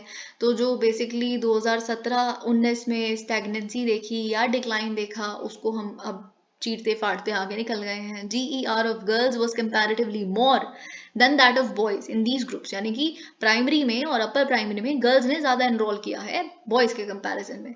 तो यहाँ पे बस आपको ये याद रखना है कि प्री प्राइमरी लेवल, यानी कि बाकी सारे लेवल्स पे, primary, upper primary, secondary, higher secondary, हमने सब लेवल्स पे एक इम्प्रूवमेंट देखी है, इंक्रीज देखा है एनरोलमेंट्स में। लेकिन प्री प्राइमरी लेवल में हमने डिक्लाइन देखा है, ठीक है। Decrease from 1.1 crore to 1 crore in 2022।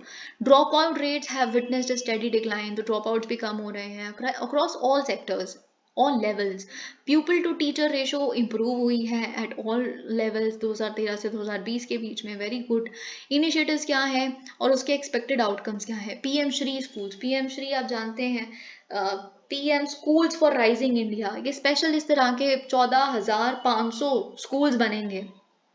ये सेंट्रली स्पॉन्सर्ड स्कीम है, ओके। तो क्या होगा इसमें 2023 से 2027 के बीच में पीएम श्री स्कूल्स में, ये एक मॉडल स्कूल्स होंगे जिसमें रिसाइकलिंग भी होगा, वेस्टेज रिसाइकलिंग हो रही है, पानी भी अच्छे से रिन्यूएबल एनर्जी के थ्रू जैसे सोलर पावर के थ्रू इलेक्ट्रिसिटी भी करने की कोशिश की जाएगी। साथ ही में वर्ल्ड क्लास स्मार्ट क्लासरूम्स, इस तरह से सारी फैसिलिटीज भी अवेलेबल होंगी पीएम श्री स्कूल्स में। नंबर 2 क्या है, बाल वाटिका पायलट प्रोजेक्ट लॉन्च इन केंद्रीय विद्यालय के विद इन ही बाल वाटिकाज लॉन्च की गई हैं, जिसमें क्या होगा, दे आर प्रेपरेटरी क्लासेस, ठीक है, कि आप जिसमें cognitive affective psychomotor ability students में डेवलप करेंगे जो 3 से 5 उम्र के बच्चे हैं, ताकि स्कूल आने से पहले आपका दिमाग रेडी हो, ठीक है, बाल वाटिकास। Number 3 is screening tools, mobile app for specific, बहुत इंपॉर्टेंट है प्रशस्त। प्रशस्त क्या करेगा, it is a disability screening mobile app, school level पे ही बेसिकली 21 डिसेबिलिटीज को, जिसमें बेंचमार्क डिसेबिलिटीज भी आती हैं, कि आप उसको स्क्रीन करें और फिर सही समय पे सर्टिफिकेशन दे सके ताकि आगे कोई दिक्कत ना आए, ठीक है। तो प्रशस्त के बारे में अब लिखेंगे। Strengthening teaching learning and results for states, star S जिसे हम कह रहे हैं या स्टार्स भी कह रहे हैं, तो इसमें क्या है, this is again a centrally sponsored scheme, जिसमें आप quality and governance of school education, क्योंकि देखिए आज बहुत सारी चीजें तो गवर्नेंस रिलेटेड फ्लॉज होते हैं ना, तो उसको भी कर्व करना, ठीक है। तो गवर्नेंस इंप्रूव करना, क्वालिटी ऑफ एजुकेशन इंप्रूव करना, because you will be teaching the teachers, जो नहीं मॉडिफिकेशन ट्रेनिंग की जरूरत है। Star s Vidyanjali, a school volunteer initiative, अगर आप वॉलेंटियर्स हैं, ऑर्गेनाइजेशन हैं, प्राइवेट सेक्टर है, if you want to connect with the government और गवर्नमेंट एडेड स्कूल्स, और आप अपनी नॉलेज शेयर करके स्किल शेयर करके कुछ इंप्रूवमेंट लाना चाहते हैं विद्यांजलि के तहत, ठीक है, वॉलेंटियर्स हैं आप, तो आप कर सकते हैं। आप अगर इन्वेस्टमेंट करके एसेट बनाना चाहते हैं, आप मे बी वाटर कूलर लगवाना चाहते हैं, कुछ मटेरियल देना चाहते हैं, इक्विपमेंट्स देना चाहते हैं लैब्स के लिए, तो वो भी दे सकते हैं। So it's a volunteer initiative Vidyanjali. Okay, higher education. The total students enrollment in higher education has gone up 3.9, 4.1. Large number of medical college 387 थे 2014 में, 648 हैं 2022 में। ज़्यादा IITs हैं, ज़्यादा IIMs हैं। IITs कितने थे, यहाँ पे अगर हम देखें तो 23 हो चुके हैं IITs, 20 हो चुके हैं IIMs, और 16 थे IITs पहले और 13 थे IIMs पहले, तो 16 से 23, 13 to 20, ठीक है। इंक्रीज नंबर ऑफ यूनिवर्सिटीज, जो हमने यूनिवर्सिटीज अब 1113 नेशनली हम देख रहे हैं। So again, a good thing there. तो improved GER in higher education, तो 25.6% से जो enrollment थी 2020 में 27.3% चली गई है। Initiatives क्या है हायर एजुकेशन में, research and development cell in higher education institutions, जिससे रिसर्च क्वालिटी रिसर्च का इन्वायरमेंट बनेगा, सेल्फ रिलायंट बनेगा इंडिया, क्योंकि रिसर्च ही तो हम लैक कर रहे हैं, ठीक है, सोर्स करना पड़ता है आत्मनिर्भरता अगर हम सच में जाते हैं, तो रिसर्च एंड डेवलपमेंट सेल तो बहुत जरूरी है हायर एजुकेशन इंस्टीट्यूशंस में। Guidelines for pursuing 2 academic programs simultaneously, UGC की आप ये नोटिफिकेशन तो जानते ही होंगे कि आप साथ साथ में दो डिग्रीज अब कर सकते हैं, तो that has happened. Higher education में आप ये लिख सकते हैं, equipping the workforce with employable skills and knowledge in mission mode.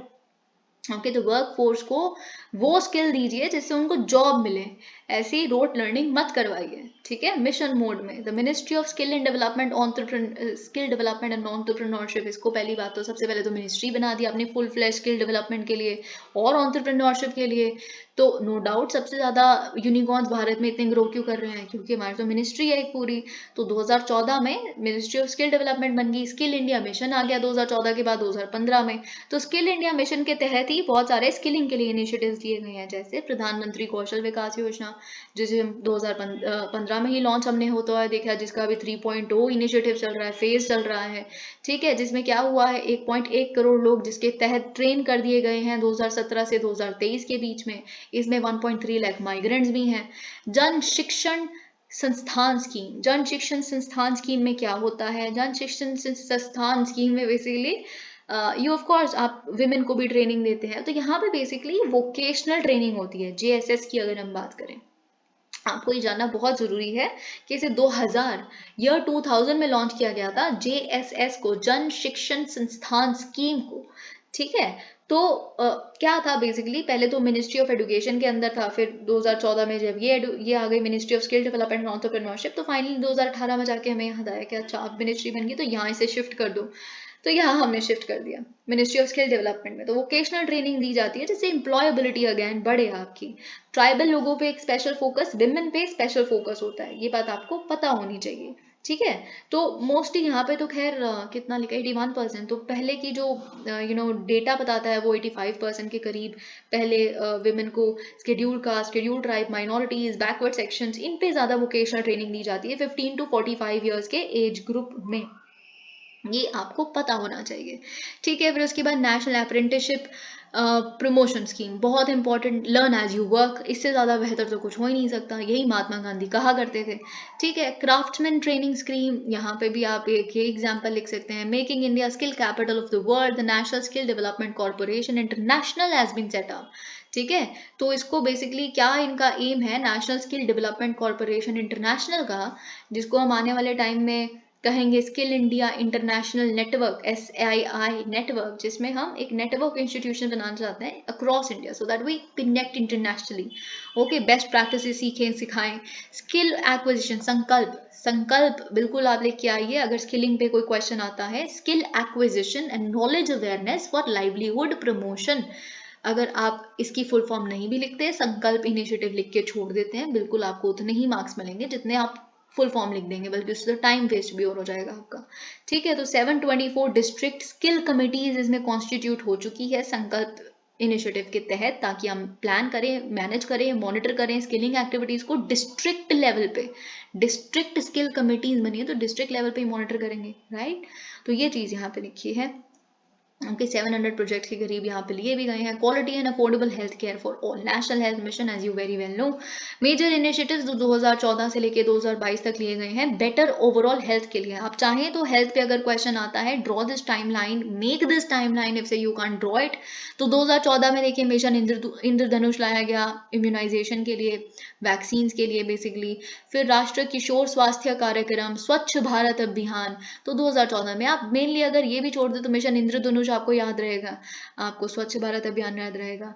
2015-16 में आ जाते हैं, 15-16 में आप क्या याद रखेंगे, आप प्रधानमंत्री उज्ज्वला योजना याद रखेंगे, ताकि जो इंडोर पोल्यूशन है उससे डेथ्स ना हो, ठीक है। प्रधानमंत्री नेशनल डायलिसिस प्रोग्राम यहाँ लिख सकते हैं 2015-16 के केस में। Free drugs and diagnostic service के बारे में लिख सकते हैं। मेटर्निटी बेनिफिट्स एक्ट के बारे में लिख सकते हैं, जहाँ पे 6 महीने की पेड मेटर्निटी लीव मिलेगी। 2015-16 हमने कवर कर लिया। अब हम आ जाते हैं 2017 पे। 2017 में वेरी इंपॉर्टेंट, अभी हमने ऊपर देखा नेशनल हेल्थ पॉलिसी।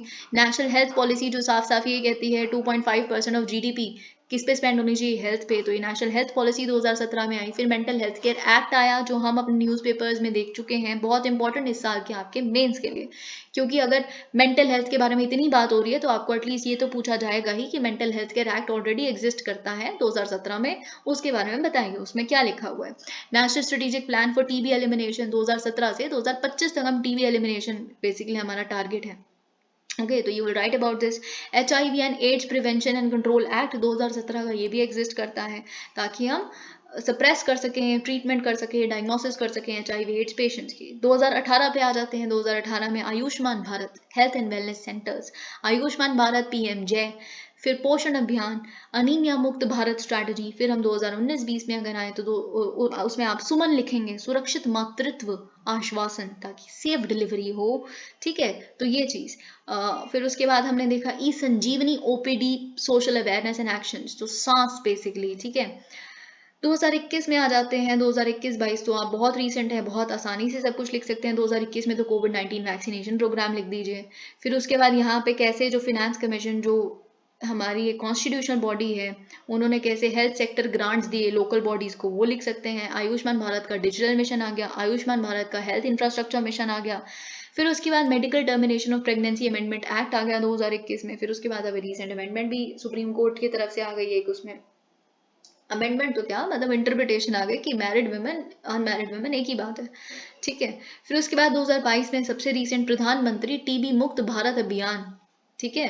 तो ये मिशन मोड में आ गया कि 2025 तक हमें इसे एंड करना है। साथ ही में national list of essential medicine revision, national tele, अब देखिए मानस ऐप के बारे में आप लिख सकते हैं, जो टेली काउंसलिंग के माध्यम से आपको मेंटल हेल्थ से रिलेटेड। फिर उसमें आप यहाँ पे मेंटल हेल्थ स्ट्रैटेजी लिखिए ना 2022 में, जो भी रिसेंटली आई है, ठीक है।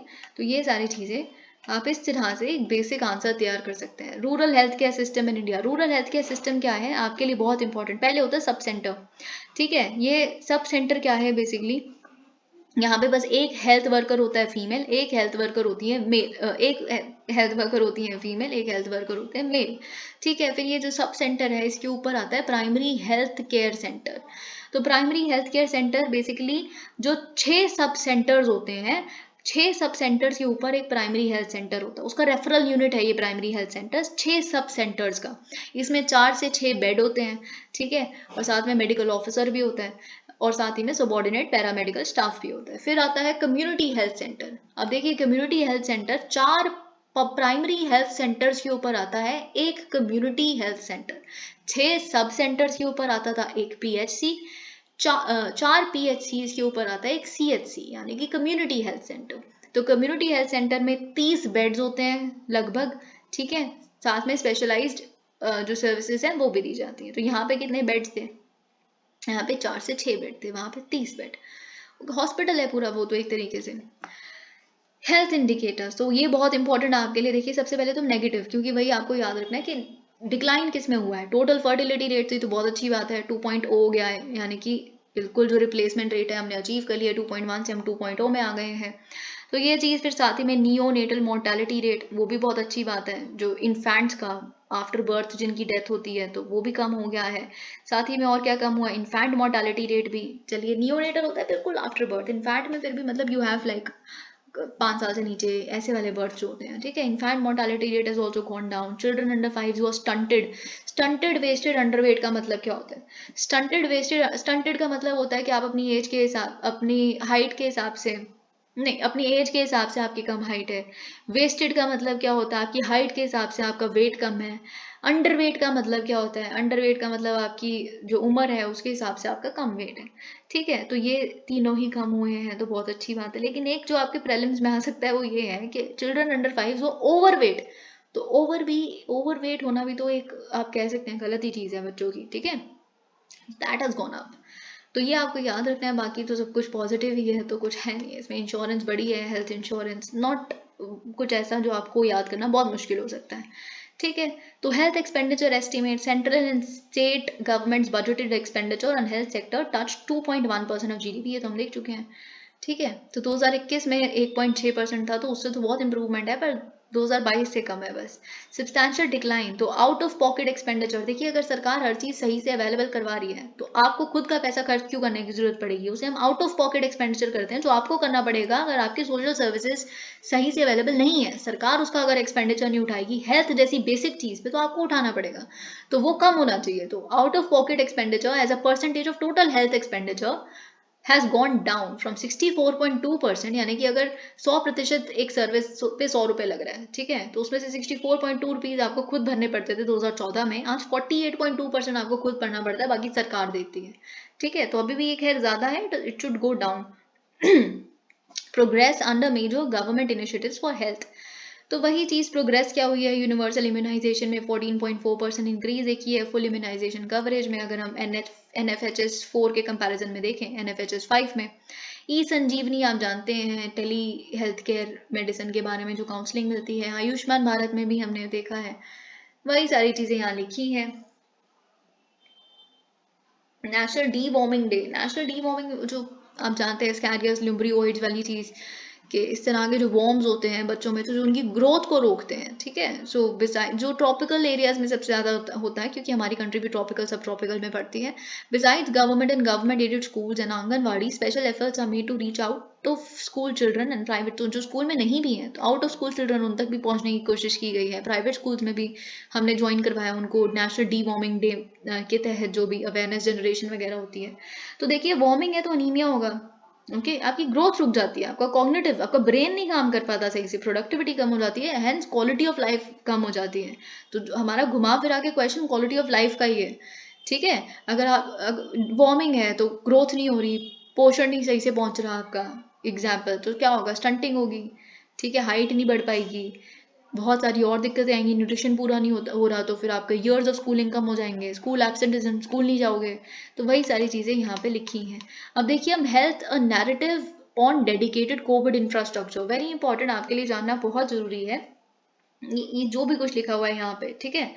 कोविन तो बहुत ही ज्यादा इंपॉर्टेंट है, आगे हम देखेंगे।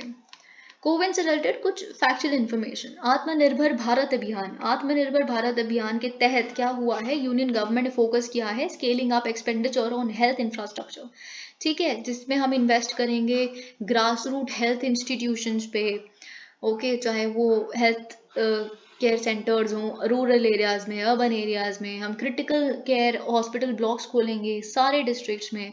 strengthening the laboratory network and surveillance by integrated public health laboratories in all districts and blocks to manage pandemic। तो ये सारी चीजें यहाँ पे आप देख सकते हैं। ई संजीवनी, कोविन, वही सब कुछ लिखा है। तो देखिए यहाँ पे क्या लिखा है कि कोविड का इंफ्रास्ट्रक्चर किस तरह था, 3 टियर इंफ्रास्ट्रक्चर था। तो पहला यहाँ पे कोविड केयर सेंटर, जहाँ पे आइसोलेशन बेड्स थे माइल्ड और प्री सिम्टोमेटिक केसेस के लिए। फिर आता है Covid health centre, oxygen supported isolation beds for moderate cases. फिर कोविड हॉस्पिटल, जहाँ पे आईसीयू बेड्स थे सीवियर केसेस के लिए। अब देखिए यहाँ पे एक बहुत इंपॉर्टेंट बात लिखी है, प्रेशर स्विंग एड्सॉर्प्शन, एब्जॉर्प्शन नहीं बोला मैंने, एड्सॉर्प्शन आई थिंक आप बेसिक केमिस्ट्री जानते हैं, जब सरफेस के ऊपर चिपक जाता है, एब्जॉर्प्शन होता है बिल्कुल ही आपने पोर्स में घुसा लिया आपने, ठीक है, आई यू अंडरस्टैंड माई पॉइंट। तो वो चीज, तो pressure swing adsorption oxygen generation plants ये एस्टैब्लिश कर दिए गए हैं हॉस्पिटल्स में, ताकि हॉस्पिटल्स को आत्मनिर्भर बनाया जा सके इन जनरेशन ऑफ ऑक्सीजन। जो हमने कोविड के समय पे देखा, सेकेंड वेव के समय पे, वो कभी और ना हो। तो आप खुद में सेल्फ रिलायंट रहें, आपको बाहर से ऑक्सीजन सिलेंडर्स की जरूरत नहीं है। प्रेशर स्विंग एड्सॉर्प्शन क्या होती है, ये एक ऐसी टेक्निक होती है जिसमें आप एक सिंगल गैस को एक complex of gas, mixture of gas, for example air में से ऑक्सीजन एक्सट्रैक्ट करनी है, ठीक है, तो वो एक्सट्रैक्ट करने का एक तरीका होता है प्रेशर स्विंग एड्सॉर्प्शन। तो इसमें बेसिकली क्या होता है, अब देखिए हर एक गैस की अपनी मोलिकुलर कैरेक्टरिस्टिक्स है, अपनी केमिस्ट्री है, और हर एक गैस की अपनी एक एफिनिटी है एक एड्सॉर्बेंट मटेरियल के लिए। फॉर एग्जांपल कोई गैस होगी जो एड्सॉर्ब हो जाएगी एक्टिवेटेड कार्बन पे, ये तो सबसे बड़ा एड्सॉर्बेंट है मेरे ख्याल, जियोलाइट्स पे हो जाएगी, ठीक है। तो इन तरह की चीज़ों को यूज़ किया जाता है, ओके। और फिर बेसिकली बहुत हाई प्रेशर में you can say you absorb this particular gas, और फिर उसको आप जो आपने एब्जॉर्ब कर लिया फिर उसको डीजॉर्ब करोगे, क्योंकि आपको फिर लो प्रेशर करके उसे निकालना भी तो है, उस गैस को यूज भी तो करना है। पहले आपने एब्जॉर्ब कर लिया फिर उसको डीजॉर्ब करोगे, ठीक है। तो ये चीज़ आपको पता होनी चाहिए। बस आपको प्रीलिम्स के पर्सपेक्टिव से ये याद रखना है कि ये क्रायोजेनिक सेटअप नहीं होता जिसमें बहुत ठंडा, बहुत कम टेम्परेचर, आइस लेवल पे, क्योंकि डिस्टिलेशन मोस्टली क्रायोजेनिक लेवल पे हो जाती है। ये ऐसा नहीं होता, it's near ambient temperature only, and this is how it differs from the cryogenic distillation, it is not cryogenic, okay. Usually we separate gases through cryogenic model. अब यहाँ पे एक चीज लिखी है कि डॉक्टर पेशेंट रेशियो जो है in the country is 1:834, which is good. Of course हमें बहुत ऊपर जाना है, पर WHO का नॉर्म है 1:1000, तो इनसे बेटर है WHO के नॉर्म से 1:834। तो ये आपको फैक्ट प्रीलिम्स के पर्सपेक्टिव से बहुत इंपॉर्टेंट पता होना चाहिए। अब यहाँ पे कोविन की बात हो रही है। CoWIN was developed as an extension of the eVIN electronic vaccine intelligence network platform. ये जो इवन है इसे लॉन्च किया गया था 2015 में। क्यों लॉन्च किया गया था? इंडिया का यूनिवर्सल इम्यूनाइजेशन प्रोग्राम, अभी हमने देखा 2015-14, ठीक है। तो इसके लिए बेसिकली यहाँ पे जो वैक्सीन थी, इम्यूनाइजेशन कैसे करते हो, वैक्सीन दे के करते हो, तो वेस्टेज ना हो वैक्सीन की, जितनी डिमांड है उतनी ही वैक्सीन अवेलेबल की जाए जबरदस्ती थोक के भाव से, ताकि उसकी ब्लैक मार्केटिंग हो जाए, ऐसा नहीं होना चाहिए, ठीक है। तो इस तरह की रियल टाइम इंफॉर्मेशन के लिए इवन प्लेटफॉर्म बनाया गया था। तो CoWIN is an extension of this particular platform only.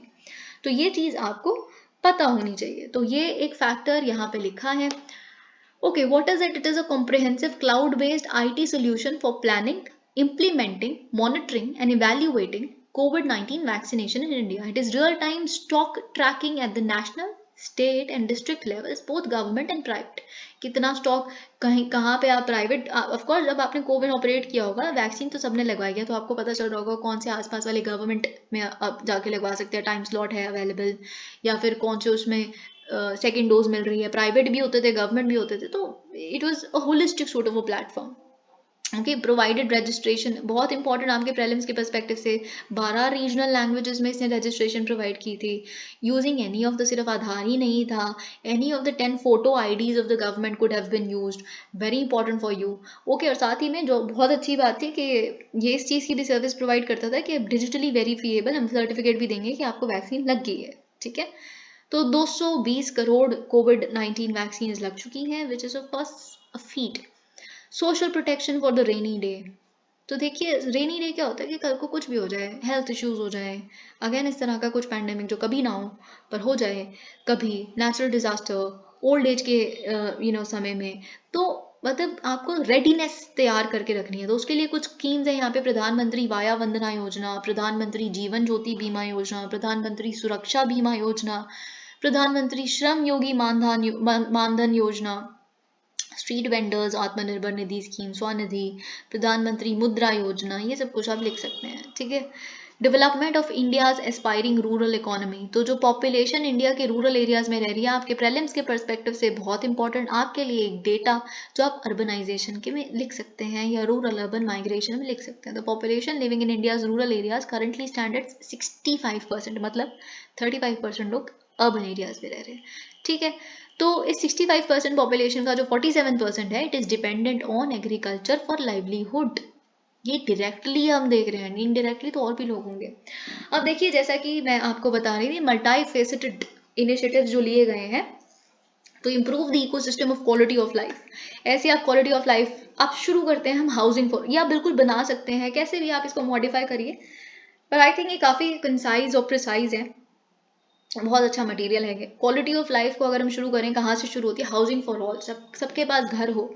तो हमने प्रधानमंत्री आवास Yojana Gramin 2.1 crore houses constructed under this. फिर हम शुरू होते हैं affordable quality health care, Ayushman Bharat, PMJ, all weather roads, Pradhan Mantri Gram सड़क योजना। ठीक है।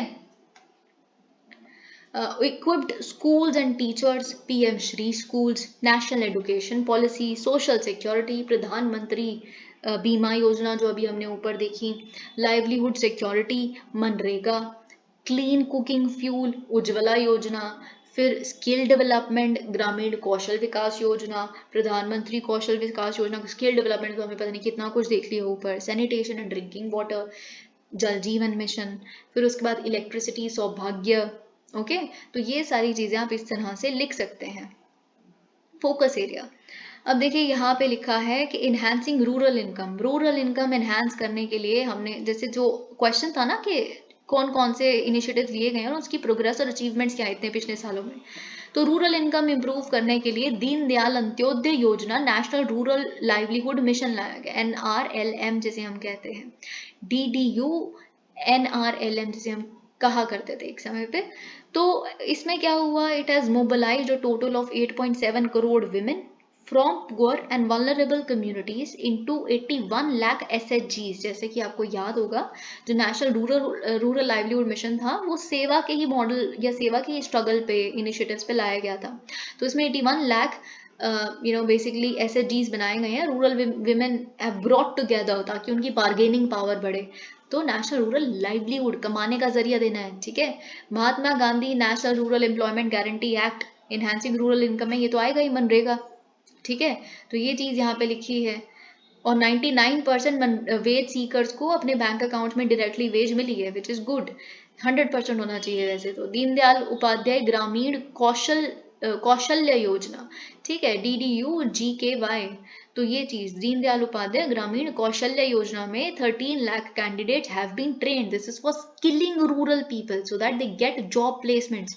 तो 13 लाख में से 7 लाख लोगों को जॉब प्लेसमेंट्स भी मिली हैं। ठीक है, वेरी गुड। हाउसिंग, प्रधानमंत्री आवास योजना ग्रामीण, तो इसमें भी हमने ऊपर देख लिया 2.1 करोड़ हाउसेस का सैंक्शन हो गया है। ड्रिंकिंग वाटर एंड सैनिटेशन, जल जीवन mission JJM, 11 crore households of 19.4 crore rural households are getting tap water supply in their homes. Goa आप जानते हैं सबसे पहली स्टेट बनी थी हर घर जल स्टेट, है ना। फिर उसके बाद 4 स्टेट्स हैं और 3 UTs हैं जो हर घर जल, जहाँ पे सबके पास हर घर में टैप वाटर कनेक्टिविटी है। गोवा, गुजरात, तेलंगाना, हरियाणा। UTs में Andaman Nicobar, Dadar and Nagar Haveli and Daman and दिउ एंड पुडुचेरी। ठीक है। मिशन अमृत सरोवर, ठीक है, अमृत सरोवर साइट्स बन गई हैं 90,000। जल दूत ऐप, इसमें you get this real time monitoring thing, ठीक है, कि ग्राम पंचायत लेवल पे 2 से 3 सिलेक्टेड ओपन वेल्स होते हैं जिसको एक साल में 2 बार, प्री मानसून फिर पोस्ट मानसून, टेस्ट किया जाता है कितना वाटर लेवल है, जल दूत ऐप के माध्यम से। ठीक है। स्वच्छ भारत मिशन ग्रामीण, तो ये भी आप जानते हैं। स्वच्छ भारत मिशन ग्रामीण में क्या होगा, ODF प्लस डिक्लेयर करना। About 1.24 lakh villages have been declared ODF plus. अगर हम बात करें यहाँ पे अंडमान एंड निकोबार आइलैंड, जिसे फर्स्ट स्वच्छ सुजल प्रदेश डिक्लेयर कर दिया गया। Andaman and Nicobar islands have been declared first Swachh Sujal प्रदेश, क्योंकि इसके सारे विलेजेस ODF प्लस डिक्लेयर हो चुके हैं। स्वच्छ भारत मिशन ग्रामीण, LPG कनेक्शंस, प्रधानमंत्री उज्ज्वला योजना 2.0, जिसको तो बाहर की वर्ल्ड बैंक और कौन कौन सी इंस्टीट्यूशंस ने, ADB, सबने लॉन्च किया है, ठीक है। तो LPG coverage has gone up from 62% in 2016 to 99.8% by 2021. Again commendable. Rural connectivity, प्रधानमंत्री ग्राम सड़क योजना, तो ये चीज आप देख सकते हैं। इलेक्ट्रिसिटी सौभाग्य, प्रधानमंत्री सहज बिजली हर घर योजना, इसने अपना ऑब्जेक्टिव अटेन कर लिया है मार्च 2022 में। दीनदयाल उपाध्याय ग्राम ज्योति योजना, ये पहले का एक स्कीम था। Creation of basic electricity infrastructure in villages, ठीक है, इंफ्रास्ट्रक्चर बनाओ, इलेक्ट्रिसिटी बाद में आती रहेगी साथ में, पहले उसका कंड्यूसिव एनवायरनमेंट बनाए। गवर्नेंस बहुत इंपॉर्टेंट, ये आप अपने GS4 में लिख सकते हैं, राष्ट्रीय ग्राम स्वराज अभियान, ठीक है, क्योंकि राष्ट्रीय ग्राम स्वराज अभियान और ऑफ कोर्स स्वामित्व स्कीम, जो लैंड होल्डिंग और जो बेसिकली लैंड डिस्प्यूट्स कम करने के लिए आपका जो लैंड टाइटल है वो आपको दिया जाएगा, ताकि आपको कोई दिक्कत ना आए, ठीक है। तो ये सब कुछ हम खैर अपने विजन IAS की वीडियोस में भी डिस्कस कर चुके हैं स्वामित्व स्कीम को। लेकिन राष्ट्रीय ग्राम स्वराज अभियान, क्योंकि आप गवर्नेंस के बारे में इतना कुछ लिखते हैं तो आप उसमें एक एग्जाम्पल के रूप में लिख सकते हैं। तो इसमें it is a very interesting initiative, जिसे 2018 में लाया गया था।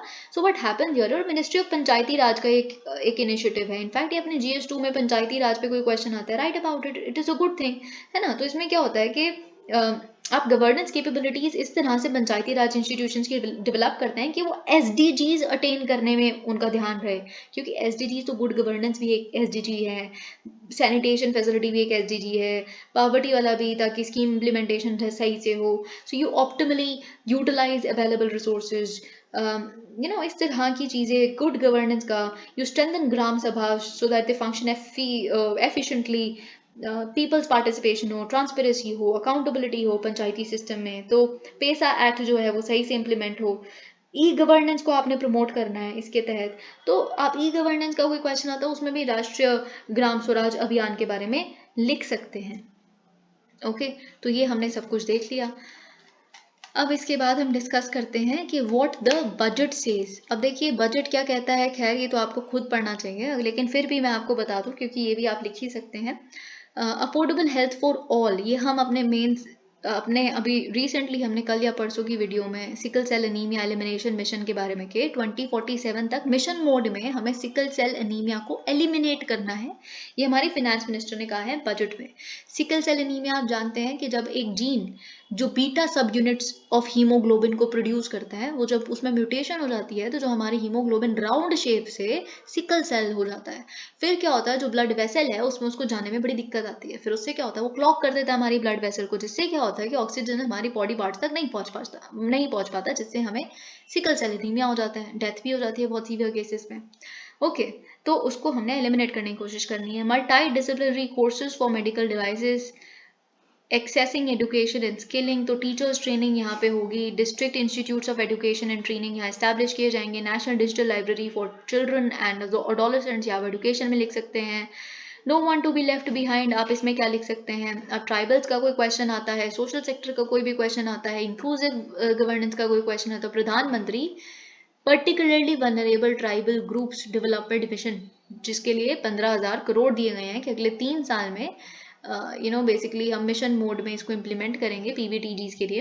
Development action plan for scheduled tribes, Eklavya model residential schools के बारे में आप जानते हैं, और nothing much your. Urban development के लिए बजट में आप जानते हैं कि निर्मला सीतारमन जी जब बजट को यानी कि when she was talking about it, when she was announcing the budget, तो उसमें हमने देखा था कि we have to make cities ready for municipal bonds। तो म्यूनिसिपल बॉन्ड से क्या होगा ना कि आप बोरोइंग, आपकी कैपेसिटी आएगी, बोरोइंग कैपेसिटी आएगी तो एसेट क्रिएशन बढ़ेगा, क्योंकि आपके पास किसी के पास इतनी कैपेसिटी नहीं होती, जब तक आप बोरो नहीं कर सकते आप बड़ी बड़ी चीज़ें नहीं बना सकते, लॉन्ग टर्म एसेट्स कुछ भी नहीं बन सकता, लेकिन फिर आपकी क्रेडिट वर्दीनेस भी नहीं है, ठीक है। तो आप अपने आप को बेसिकली पहले टैक्स तो हो, टैक्स आपका आ नहीं रहा कहीं से, आप पढ़ते हैं ना, एक इंसेसेंट ये वो है फ्लॉ है रिसेंटली अर्बन गवर्नेंस बॉडीज में कि you don't have good tax, चाहे वो पंचायती राज हो, लोकल गवर्नेंस का, चाहे वो अर्बन लोकल बॉडीज हो, you not getting good taxes, है ना, ये बात जानते हैं। फंक्शंस, फंक्शनैलिटीज एंड फंड्स का इनको अभाव है। तो पहले तो प्रॉपर्टी टैक्स गवर्नेंस को इस तरह से रिफॉर्म्स कीजिए, बहुत सारी और तरीके, ताकि आप म्यूनिसिपल बॉन्ड्स को एक्सेस करने लायक बन जाएं। फिर उसके बाद हम चाहते हैं और हम आपको इसमें असिस्ट करेंगे, do not worry about it. Prepare a question on urban governance for this year. Urban governance पे कम से कम 3 विजन आई है इसकी, पॉलिटी वाले section, polity and governance section में अर्बन गवर्नेंस पे 3 हम टॉपिक्स डिस्कस कर चुके हैं डिफरेंट डिफरेंट मंथ्स में। तो मैं वीडियोस लिंक कर दूंगी, वो बहुत इंपॉर्टेंट है, चाहे वो auditing of urban governance institution हो, चाहे वो funding of urban governance institution हो, या अर्बन लोकल बॉडीज हो, ये सब कुछ आपके लिए इंपॉर्टेंट है। तो बजट में इसको स्पेशल रेफरेंस दे दी गई है। Urban infrastructure development fund will be established through use of priority sector lending shortfall for creation. तो वही चीज यहाँ पे लिखी है कि एक urban infrastructure development fund establish किया जाएगा, ओके, और टीयर 2 और टीयर 3 सिटीज के लिए इसको बेसिकली पैसा निकाला जाएगा। प्रधानमंत्री कौशल विकास योजना 4.0, 30 स्किल इंडिया इंटरनेशनल सेंटर्स बनेंगे डिफरेंट डिफरेंट स्टेट्स में। नथिंग मच यार। अब हम क्वेश्चन सॉल्व करते हैं। With reference to the human development parameters, consider the following statements. There was a global decline in human development between 2021 and 2022. तो ये बात तो सही है, जिसमें 1 नहीं है उसको हम हटा देते हैं, ठीक है। तो इसमें 1 नहीं है क्योंकि ये बात सच है। More than 25% of the population in India is multidimensionally poor. नहीं, multidimensionally poor तो 16.4 है, तो 2 तो गलत है, 2 जिसमें भी है वो गलत, तो हमारे पास आंसर आ गया। Consider the following statements regarding the status of employment. The share of self-employed workers increased. जी हाँ, बिल्कुल it increased, ठीक है, तो 1 is true. The labor force participation rate has improved both, सबके लिए improve हुआ है, ठीक है, ये तो हमने देखा था। With reference to demand side यानी कि जो establishments हैं उनकी साइड से हमें देखना है। The employment in the organized manufacturing sector has maintained a steady upward trend. Yes, ये तो हमने fact पढ़ा है। The apparel sector is a no, not at all. apparel sector नहीं है, क्या था, food products, right? तो 2 जिसमें नहीं है वो गया और हमारे पास हमारा आंसर आ गया। Consider the following statements regarding the National Career Service Project. It was launched one-stop solution for employment and career-related services. Yes, true, very true. It has partnered with private sector DigiSaksham. Yes, it has. Okay, it has an international job module. Yes. Consider the following pairs about SHGs. अब ये बहुत important है। पत्रकार दीदी झारखंड में थी, तो 1 वाला पेयर तो सही है, जिसमें 1 नहीं है वो गलत है। 2 तो मतलब गलत ही है क्योंकि 2 तो कोई ऑप्शन ही नहीं बचा। आजीविका farm fresh, no. Uttar Pradesh में तो वो थी, कोई कैंटीन्स थी, राइट, किचन कम्युनिटी, ऐसा कुछ कम्युनिटी किचन्स, और ये बात आपको याद है। और प्रेरणा कैंटीन, हाँ, प्रेरणा कैंटीन्स उत्तर प्रदेश में थी, और आजीविका फार्म फ्रेश भी झारखंड में ही था, तो ये 1 ही है सिर्फ आंसर इसका। तो अब हम आ जाते हैं चैप्टर नंबर 7 पे, okay. Climate change and environment preparing to face the future. अब देखिए ये बहुत इंपॉर्टेंट चैप्टर है क्लाइमेट चेंज पे। जैसे कि हमने देखा है, हम पिछले 2-3 दिनों से क्लाइमेट चेंज पे काफ़ी न्यूज़पेपर एनालिसिस में भी देख रहे थे, तो ये आपके लिए बहुत ही इंपॉर्टेंट चीज़ है। क्लाइमेट चेंज पे एक जगह कंपाइल्ड फॉर्म में बहुत सारी चीज़ें प्रीलिम्स के पर्सपेक्टिव से भी मिल जाएंगी यहाँ पे, और बहुत सारी मेंस के पर्सपेक्टिव से यहाँ पे स्कीम्स और इनिशिएटिव्स और इम्प्रूवमेंट्स और जो भी मिलेगा वो आपके लिए इंपॉर्टेंट है। उससे पहले लेकिन अब मेंस के क्वेश्चंस।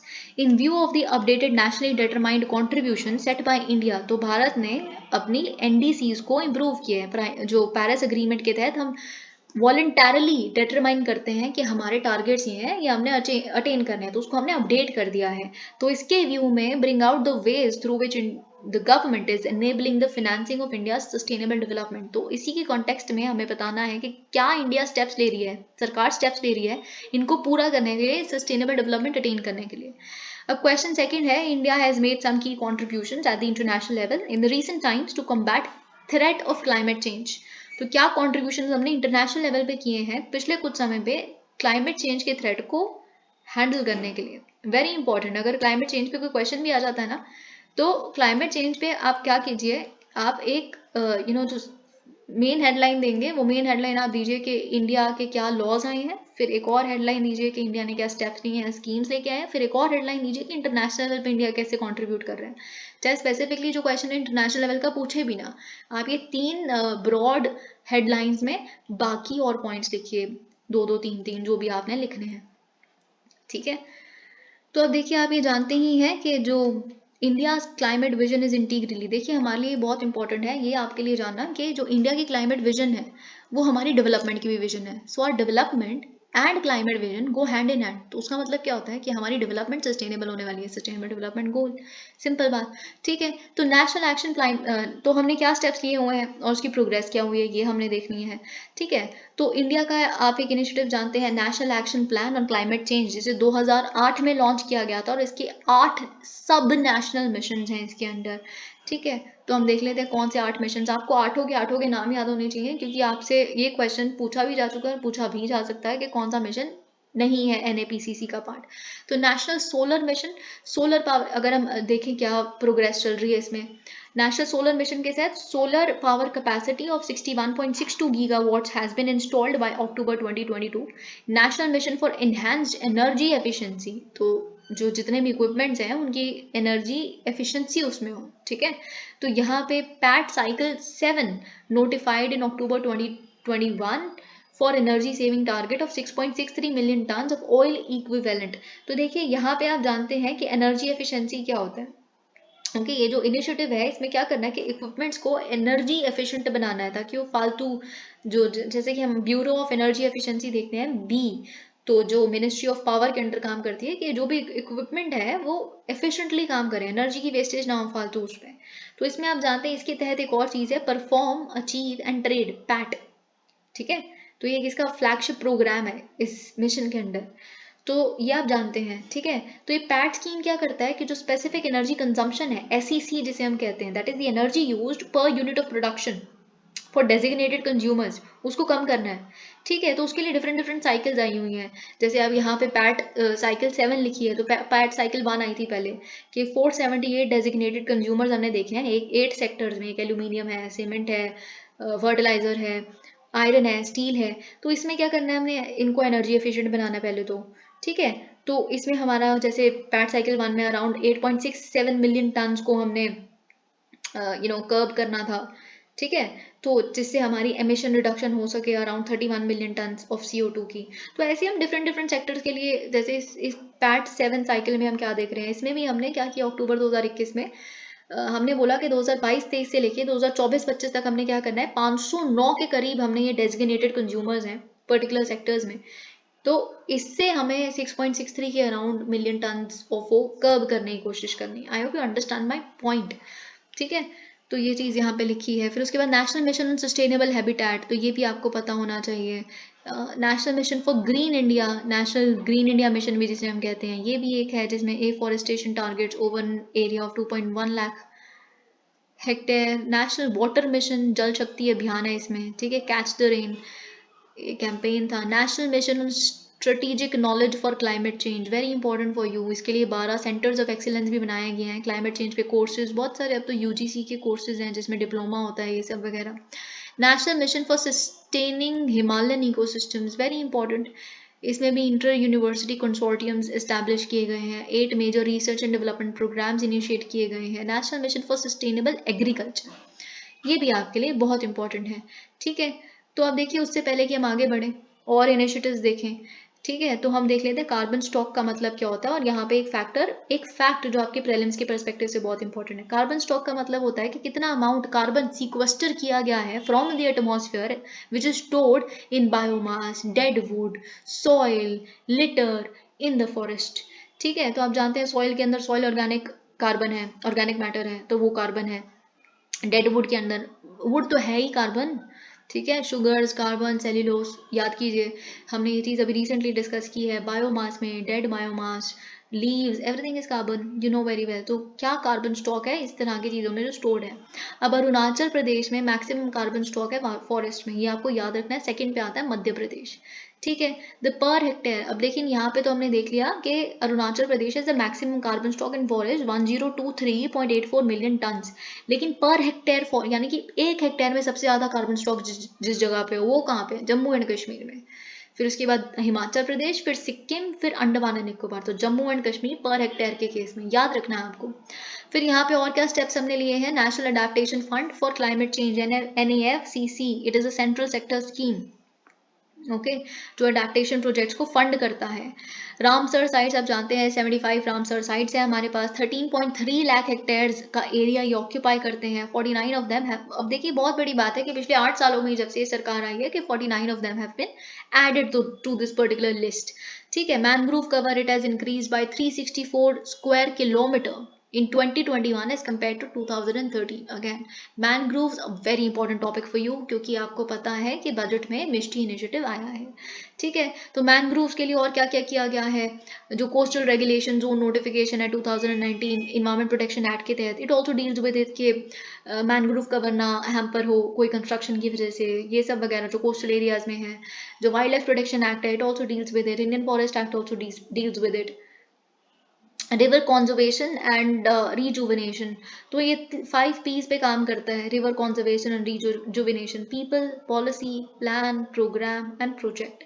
अब नेशनली डिटरमाइंड कॉन्ट्रीब्यूशन आ जाते हैं, जो आर्टिकल 4 जो है पेरिस एग्रीमेंट का, उसके लिए किए जाते हैं, ओके। तो ये चीज हमें याद रखनी है कि आर्टिकल 4 यहाँ पे हमने देखा। अब देखिए जो NDC 15 2015 में आया ना पेरिस एग्रीमेंट, तो उसमें हमने क्या कहा था कि देखिए हम क्या करेंगे ना, हम 2030 तक 40% ऑफ द इंस्टॉल्ड कैपेसिटी है जो इलेक्ट्रिक पावर की, वो नॉन फॉसिल फ्यूल्स तक लाएंगे। हमने इसको अपडेट कर दिया है, हमने कहा है देखिए 2030 तक हम 50% of the installed capacity non fossil fuel से लाएंगे। इसमें प्रोग्रेस क्या हुआ है, अगर हम लार्ज हाइड्रो सोर्सेज को भी इंक्लूड कर दें, तो जो share of non fossil sources हैं, ठीक है, तो share of non fossil sources हैं उससे हम ऑलरेडी 40.4% आ रहा है हमारा। तो हमने 40% का जो टारगेट था तो 2030 में अटेन करना था, वो तो हमने आप कह सकते हैं 2021 में अटेन कर लिया था, ठीक है। तो यहाँ पे ये अचीवमेंट आप लिख सकते हैं। Reduction in the emissions intensity of GDP by, तो हमारा एक और टारगेट था कि हम 33 to 35%, हम 2005 के लेवल से कंपेयर अगर करेंगे तो एमिशंस इंटेंसिटी को हमने रिड्यूस करना है GDP का 33 to 35% बाय 2030। हमने 45% कर दिया इस टारगेट को भी।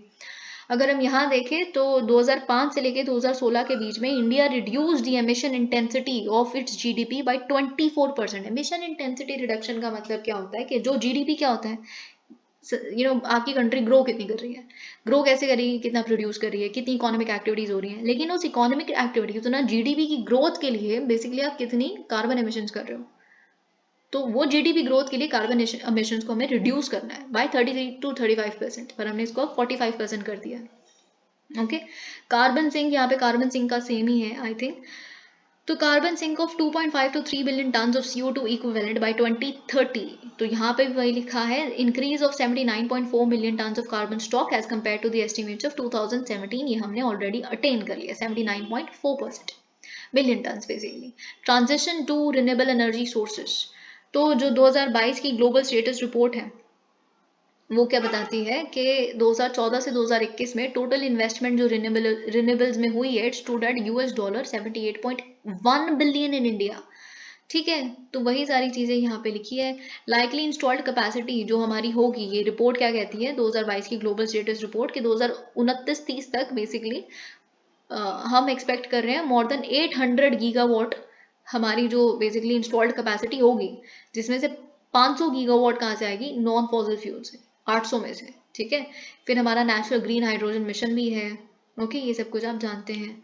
अब ये चीज़ आपके लिए बहुत इंपॉर्टेंट है, projected optimal mix of installed capacity जो 2029-30 हमने यहाँ देखा कि 500 गीगावाट आएगा रिन्यूएबल एनर्जी से। तो सबसे ज़्यादा, और हम देख लेते हैं कि बाकी सब कुछ कहाँ से आएगा। अभी भी देखिए मैक्सिमम कोल और लिग्नाइट से ही आएगा 32.66%, उसके बाद हम देखते हैं सोलर से आएगा, और ओ नो, मैक्सिमम जो है वो सोलर से आएगा 34.28%। तो ये चीज़ आपको याद रखनी है। नंबर 2 पे है कोल और लिग्नाइट 32.66%। फिर उसके बाद अगर हम देखें तो गैस से आएगा ओके, गैस से 3.07%, थर्ड नंबर पे। नहीं, यहाँ पे हाइड्रो है थर्ड नंबर पे 7.46। Okay, I repeat. Alright, number 1 solar 34.28%, number 2 coal and lignite 32.66%, number 3 hydro 7.46%, number 4 यहाँ पे है हमारा गैस 3.07%। सबसे कम हम देख लेते हैं कहाँ से आएगा, स्मॉल हाइड्रो से 0.61%, न्यूक्लियर से भी कम ही है 1.22%। बाकी सारी चीज़ें आप देख सकते हैं। ठीक है, इलेक्ट्रोलाइजर आप जानते हैं इलेक्ट्रोलाइजर क्या होता है। इलेक्ट्रोलाइजर बेसिकली हम ये भी डिस्कस कर चुके हैं, ग्रीन हाइड्रोजन बनाना तो किससे बनाओगे, पानी से बनाओगे। पानी को हाइड्रोजन और ऑक्सीजन में तोड़ोगे तो उसके लिए इलेक्ट्रोलाइजर चाहिए, मशीन चाहिए, है ना। इलेक्ट्रोलिसिस करेंगे ना, तो वो चीज़ यहाँ पे लिखी है। ग्रीन बॉन्ड्स, अब देखिए हम अपनी सस्टेनेबल डेवलपमेंट को फिनेंस कैसे कर रहे हैं। ठीक है, ग्रीन बॉन्ड्स आप जानते हैं, यूनियन बजट 2022-23 पिछले साल के बजट ने अनाउंस किया था कि sovereign green bonds, sovereign guarantee होगी उन ग्रीन बॉन्ड्स की।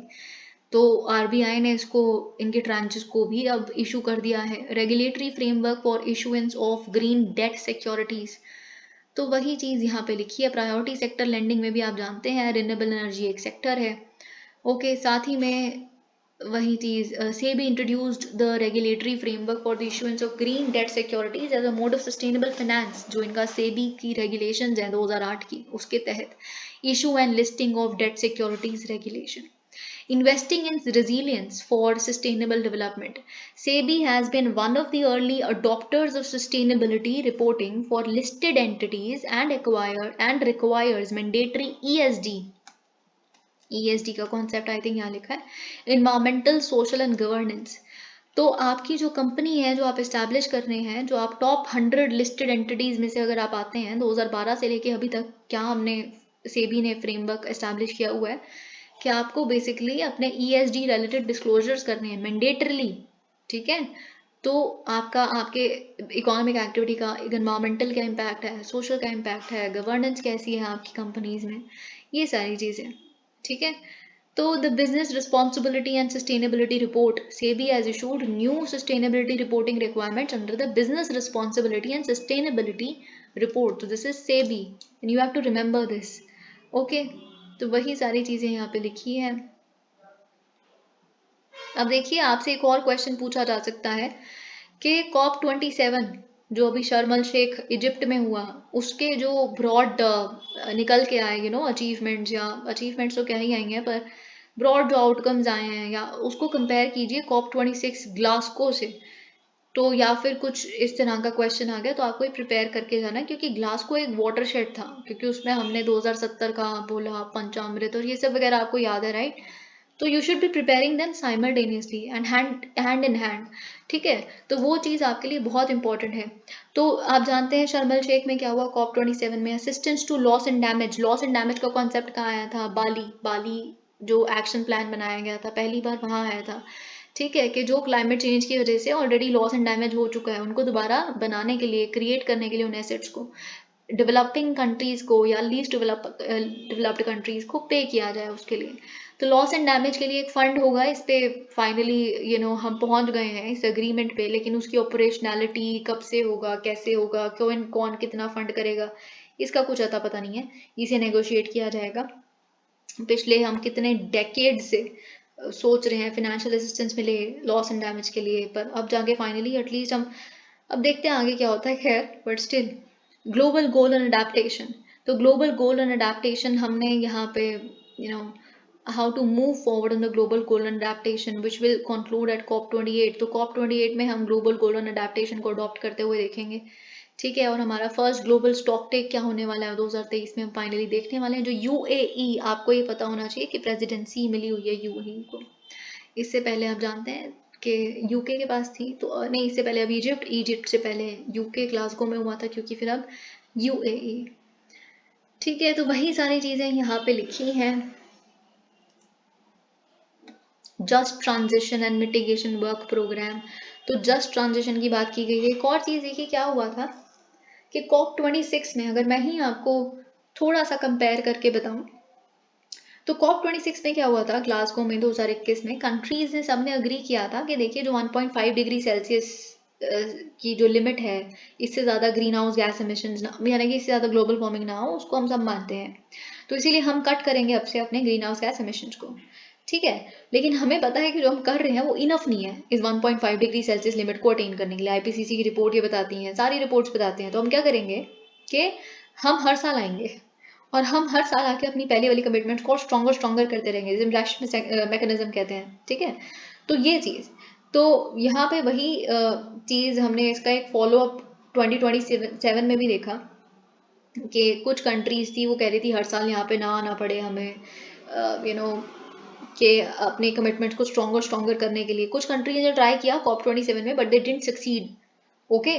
तो इसीलिए फाइनली अब हमें पता है कि 2025 तक, है ना, कि हमें बेसिकली क्या करना है कि अपना एमिशंस को पीक करना है, ताकि फिर हम स्लो डाउन करना शुरू करें। जैसे कोविड में हुआ था ना, पहले पीक किया फिर उसके बाद वी स्लो डाउन।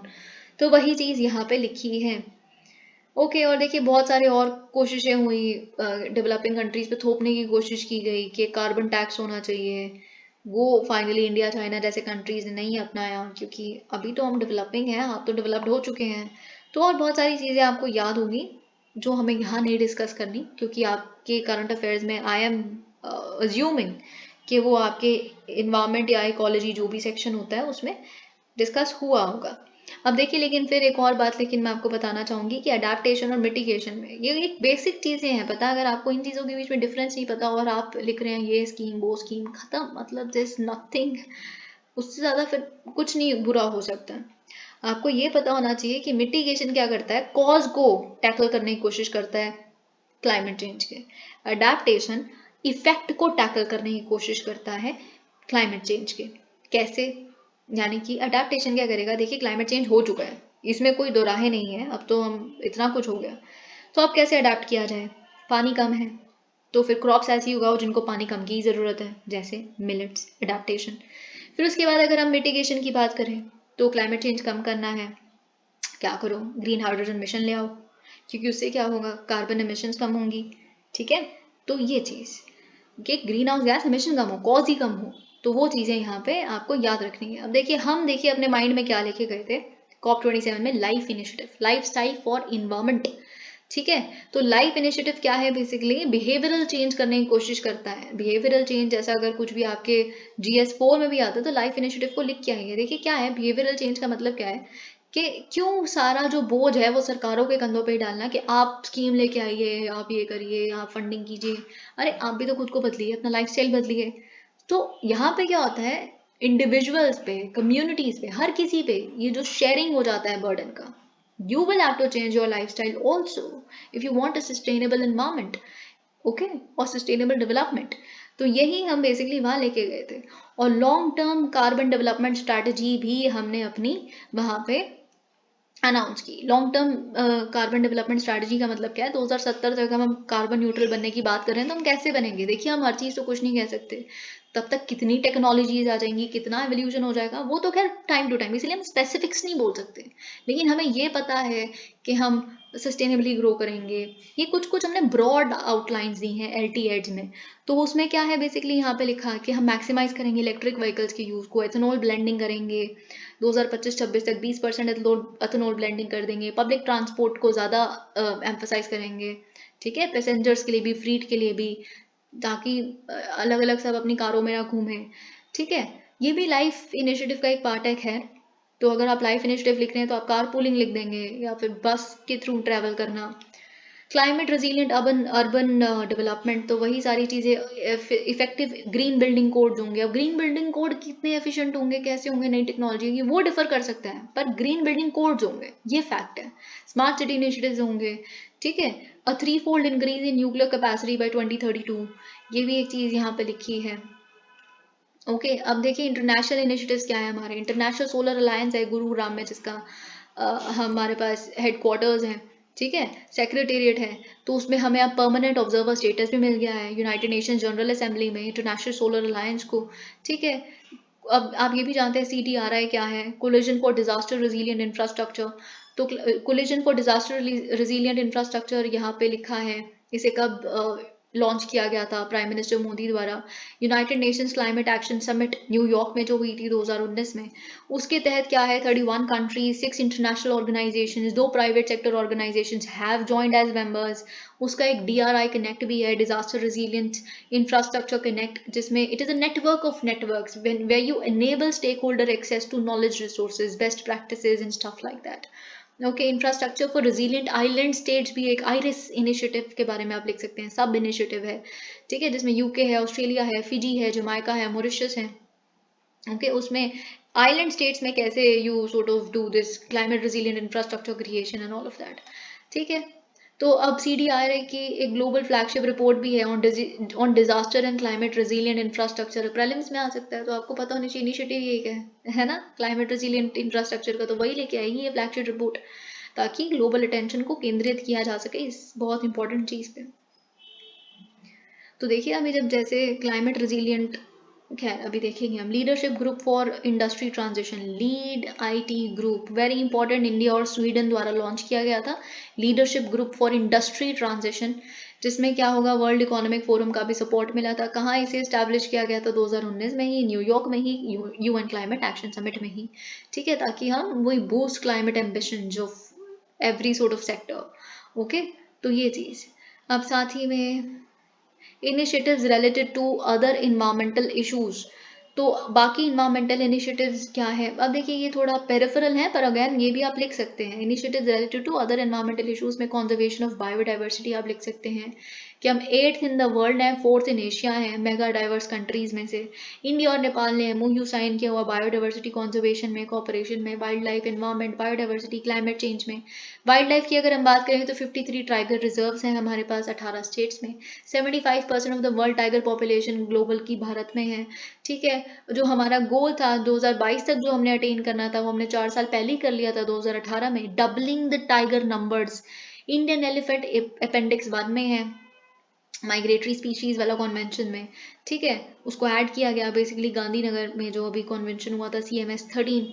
फिर वाइल्ड लाइफ प्रोटेक्शन एक्ट भी है हमारे पास। अब देखिए ये बहुत इंपॉर्टेंट है, प्रोजेक्ट चीता जो रिसेंटली लिया गया है, प्रोजेक्ट चीता के बारे में आप लिख सकते हैं, कैसे कूनो नेशनल पार्क, अभी क्या इससे पहले क्या हुआ था, 8 नामीबियन वर्ल्ड वाइल्ड चीताज आए थे, अभी कहाँ से आ रहे हैं, साउथ अफ्रीका से आ रहे हैं कूनो नेशनल पार्क में। हमें बेसिकली सेल्फ प्रोपगेटिंग पॉपुलेशन बनानी है चीताज की कूनो नेशनल पार्क में।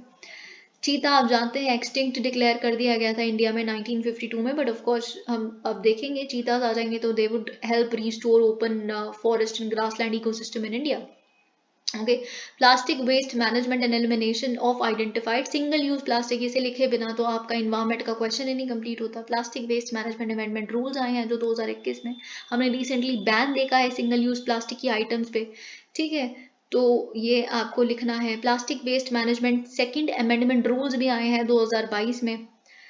ओके, तो ये चीज़ आपको पता होनी चाहिए, जिसमें क्या है कि बायोप्लास्टिक्स की अलग कैटेगरी है, उनको डील करने का अलग तरीका है। एक और चार कैटेगरीज हैं बेसिकली, जिसमें एक है रिजिड प्लास्टिक पैकेजिंग, उसको कैटेगरी 1 में रखा गया है। कैटेगरी 2 में फ्लेक्सिबल प्लास्टिक पैकेजिंग को रखा गया है, जिसमें सिंगल लेयर या मल्टी लेयर, है ना, इस तरह के डिफरेंट टाइप्स ऑफ प्लास्टिक की शीट्स या कवर्स या कैरी बैग्स, प्लास्टिक सैशेज, पाउचेज इसमें आएंगे। कैटेगरी 3 क्या है, मल्टी लेयर्ड प्लास्टिक पैकेजिंग, जिसमें एक लेयर प्लास्टिक की होगी, बाकी एक एटलीस्ट कोई और लेयर होगी किसी और मटेरियल की, तो वो थर्ड कैटेगरी में आता है। चौथा कैटेगरी यानी कि चौथा कैटेगरी क्या होता है, जिसमें you have these carry bag जो कंपोस्टेबल प्लास्टिक्स के बने होते हैं।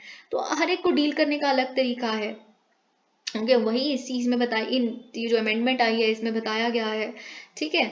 तो और साथ ही में हाउ, अगर आप जो एक्सटेंडेड प्रोड्यूसर रिस्पॉन्सिबिलिटी सर्टिफिकेट्स मिलते हैं तो उसको आप बेच भी सकते हैं, अगर कोई अपना एक्सटेंडेड प्रोड्यूसर रिस्पॉन्सिबिलिटी नहीं निभा पाया है तो उसको आप बेच सकते हैं। तो मार्केट मैकेनिज्म भी आ गया प्लास्टिक वेस्ट मैनेजमेंट में, जो इन अमेंडमेंट रूल्स के थ्रू आया है, ठीक है। तो ये चीज़ आप याद रखिए, ऑफ कोर्स ये अपने आप इस बार के करंट अफेयर्स में पढ़ के जाएंगे। The 5th United Nations environment assembly held in Nairobi, जिसमें and plastic pollution towards an international legally, तो ये अडॉप्ट किया गया, so that we drive global action towards plastic pollution. The 5th United Nations environment assembly held in Nairobi, and plastic pollution, ठीक है। Battery waste management, okay, battery waste management rules आए हैं 2022 में, तो ये चीज़ आपको पता होनी चाहिए। ओके, तो इसमें to ensure environmentally sound management of waste batteries. अब देखिए, अब एक और बात है, अब हम क्यों रिन्यूएबल एनर्जी अगर करी जा रहे हैं, तो फिर उसको स्टोर करने के लिए रिन्यूएबल एनर्जी को, या फिर बहुत सारी और चीज़ों के लिए, बैटरीज के लिए, इलेक्ट्रिक व्हीकल्स के लिए, तो फिर क्रिटिकल मिनरल्स चाहिए। किस तरह के, तो उनका जो डिमांड है क्रिटिकल मिनरल्स का, जैसे लिथियम का जो रिजर्व अभी हमने जम्मू कश्मीर में पाया, वो एक बहुत बड़ा बूस्ट हो सकता है। अभी तो इन्फर्ड कैटेगरी में है, अगर एक कंफर्म्ड कैटेगरी में आ गया तो of course it is going to be very good thing, क्योंकि चाइना से भी ज़्यादा रिजर्व्स होंगे वो हमारे पास। तो एक जियो पोलिटिकल लीवरेज भी मिलेगा, लॉट ऑफ थिंग्स। और इस समय पे जब हर कोई क्लाइमेट चेंज की बात कर रहा है, तो बहुत ही अच्छी चीज़ हो गई है खैर। तो लेकिन वही बात है, cobalt, copper, lithium, nickel, rare earth metals, इन सबका demand would go up because we need more electric vehicles. हमारे जो लॉन्ग टर्म अभी हमने स्ट्रैटेजी देखी, जो हमने सबमिट की है, उसमें भी हमने यही बोला, और इलेक्ट्रिक व्हीकल्स होंगे, ये सब वगैरह।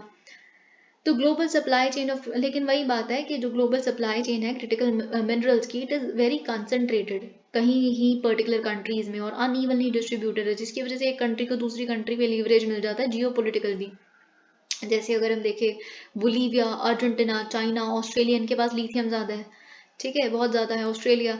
तो अभी हमने देख लिया, तो वही चीज़ अब भारत के पास भी होगा, तो it would be a good thing. Every country is running after lithium. Afghanistan में तालिबान से बात करने के लिए चाइना तैयार हो गया शुरुआत में ही, क्योंकि उन्हें पता लिथियम बहुत हो सकता है ना। अफगानिस्तान में, वैसे वो तो पाकिस्तान में भी सकता है, क्योंकि अब जिस माउंटेनियस रीजन में हमारे पास मिला, उनके पास भी मिल सकता है, पर क्या कह सकते हैं उनको। तो यहाँ पे एक और चीज़ जो इंडिया के केस में आप लिख सकते हैं, that in order to ensure the mineral security of the nation, तो मिनिस्ट्री ऑफ माइंस ने एक जॉइंट वेंचर कंपनी एस्टैब्लिश किया है, जिसका नाम है खनिज विदेश इंडिया लिमिटेड, काबिल। ठीक है, तो ये चीज़ आपको पता होनी चाहिए। ई वेस्ट मैनेजमेंट रूल्स हैं 2022 के, आप जानते हैं, जिसमें it is applicable to every manufacturer, producer, refurbisher, dismantler और recycler जो रजिस्टर करेंगे खुद को CPCB के साथ। Schedule 1 has been expanded. Now 106 electrical and electronic equipments have been included under this regime. Management of solar PV modules, panels, cells has been added. Okay. Generation and transaction of EPR certificate, यहाँ पे भी वही market mechanism। तो ये सारी चीज़ें हमने देख ली। अब देखिए बजट क्या कहता है। Budget battery energy storage system के बारे में बात करता है।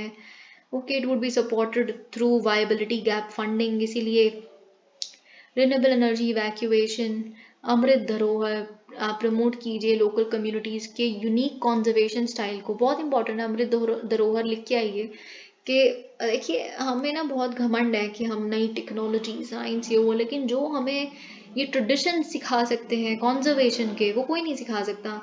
होदी या फिर ये जो इधर उधर बने होते हैं, हमको लगता है क्या ही है, बकवास है, लेकिन उसका एक रैशनल था साइंटिफिक ही। तो अमृत धरोहर ये चीज़ यहाँ पे। Green credit programme, green credit programme में क्या होगा, it will be notified under environment protection act. तो ग्रीन क्रेडिट प्रोग्राम में क्या होगा कि वही चीज़ आप सर्टिफाई करेंगे कि क्या आपके प्रोजेक्ट्स की रियल बेनिफिट हो रहा है इन्वायरमेंट को। जैसे कि आप SD विस्टा के बारे में अगर आप जानते हैं, sustainable development verified impact standard, SD Vista, तो उसमें क्या होता है, जो भी आपकी एक्टिविटीज़ हैं, how much of SDG improvement is it leading to, तो वैसे ही आपको फिर सर्टिफिकेट दिया जाता है, और उस बेसिस पे आपको क्रेडिट मिलता है। ठीक है, फंडिंग मिलती है, ये सब वगैरह। तो उसी में भी ग्रीन क्रेडिट प्रोग्राम में भी यही होगा कि आपका जो इनिशिएटिव्स हैं वो कितना बेसिकली इम्पैक्ट ला रहा है एक अच्छे ग्रीनिंग ऑफ जिस कंट्री में। ठीक है, तो फिर आपको क्रेडिट मिलेगा इस तरह से। ठीक है, जैसे डिफरेंट डिफरेंट इसमें क्रेडिट्स मिलेंगे। पोटेंशियल टाइप्स क्या हो सकते हैं, जैसे फॉरेस्ट एंड इकोसिस्टम क्रेडिट्स हो सकते हैं, एयर क्वालिटी क्रेडिट्स हो सकते हैं, वाटर क्वालिटी क्रेडिट हो सकते हैं, जो आप बना रहे हैं उसे वाटर क्वालिटी इंप्रूव होगी तो आपको क्रेडिट मिलेगा उसके लिए। वेस्ट मैनेजमेंट हो सकता है, एनर्जी एफिशिएंसी हो सकता है। ठीक है, तो ये सारी चीज़ें आपको पता होनी चाहिए। एक और यहाँ पे PM Pranam, PM programme for restoration awareness nourishment and amelioration of mother earth, यानी कि बहुत कम ऑल्टरनेटिव फर्टिलाइजर्स ढूंढे जाएं, केमिकल फर्टिलाइजर्स को कम से कम यूज़ किया जाए। ठीक है, वही सारी चीज़ें यहाँ पे लिखी है। मिस्ट्री इनिशिएटिव हमने देख लिया। ओके, तो बस वही सारी चीज़ें यहाँ लिखी हैं। What is the following? Okay, which of the following missions are part of the national? अब देखिए कौन कौन सा है। सस्टेनेबल मैंग्रोव जैसे तो कोई भी नहीं है, तो हमने 1 हटा दिया और हमें अपना आंसर भी मिल गया। Recently, Government of India has updated its nationally determined contributions as per okay, तो इसमें से कौन सा हमारा है? To achieve 50% cumulative non-fossil fuels, that's true. फिर उसके बाद reduce emissions intensity, yes, ये भी है, बिल्कुल है। ओके तो जिसमें 2 नहीं है वो गया statement. To create an additional carbon sink 5 to 10 नहीं 2.5 to 5 बिलियन है, राइट। तो ये चीज़ उसमें मिस प्रिंटिंग भी हो सकती है वैसे तो, बट आई डोंट थिंक। ओ 3 गलत है तो 1 and 2 ठीक है। In the context of forest and climate change, which of the following states in India has the maximum carbon stocks in forest? Arunachal Pradesh. Okay national green hydrogen mission में green hydrogen production capacity of at least 5 million metric tons per annum, yes that's true. Renewable energy capacity of addition 500 gigawatt, no that's wrong, 125 gigawatt green hydrogen से आएगा और पर साल 5 MMT हमने contribute करना, तो 1 ही केवल ट्रू है। अब यहाँ पे जो business responsibility and sustainability report कौन लेके आया है? ये SEBI, right, securities and exchange board of India. तो अब हमारा चैप्टर नंबर 8 बेसिकली हमें देखना है यहाँ पे। Okay agriculture and food management from food security to national security, very बहुत छोटा सा ये चैप्टर है और उसमें मोस्ट ऑफ द चीज़ें तो आप पढ़ते हैं अपने स्टैटिक पोर्शन में, तो कुछ यहाँ बहुत समझाने वाला है भी नहीं, पर फिर भी हम यहाँ पे पहले बहुत ब्रीफली, बहुत छोटा चैप्टर आपको खुद अभी लगेगा, बहुत ब्रीफली हम देख लेते हैं कि क्वेश्चंस क्या है मेंस के। तो क्वेश्चन ये है कि एक कॉम्प्रिहेंसिव इंश्योरेंस कवरेज जो होती है, it is the key to stabilise farmers income in India. तो इस कॉन्टेक्स्ट में प्रधानमंत्री फसल बीमा योजना पे आप बेसिकली उसने क्या रोल प्ले किया ये बताइए। सेकंड क्वेश्चन ये है कि फूड सिक्योरिटी लीगल भी है कमिटमेंट और सोशल कमिटमेंट भी है सरकार की to the people of this nation. Legal कहाँ से आएगा? नेशनल फूड सिक्योरिटी एक्ट से आएगा, ठीक है, याद रखिएगा। ओके और सोशल तो हम जानते ही हैं, तो क्या स्टेप्स लिए गए हैं फूड सिक्योरिटी में ये हमें डिस्कस करना है, ठीक है। तो अब हम देखते हैं कि क्या सारी यहाँ पे चीज़ें लिखी हैं। Okay promotion of production of food grains, तो यहाँ पे देखिए आप देख सकते हैं सस्टेन इंक्रीज देखे फूड प्रोडक्शन में हमने। ओके ऑयल सीड्स भी इंक्रीज हुआ है, पल्सेस भी इंक्रीज हुए हैं, टोटल फूड ग्रेन्स भी इंक्रीज हुआ है, ठीक है। तो ये चीज़ आपको याद रखनी है।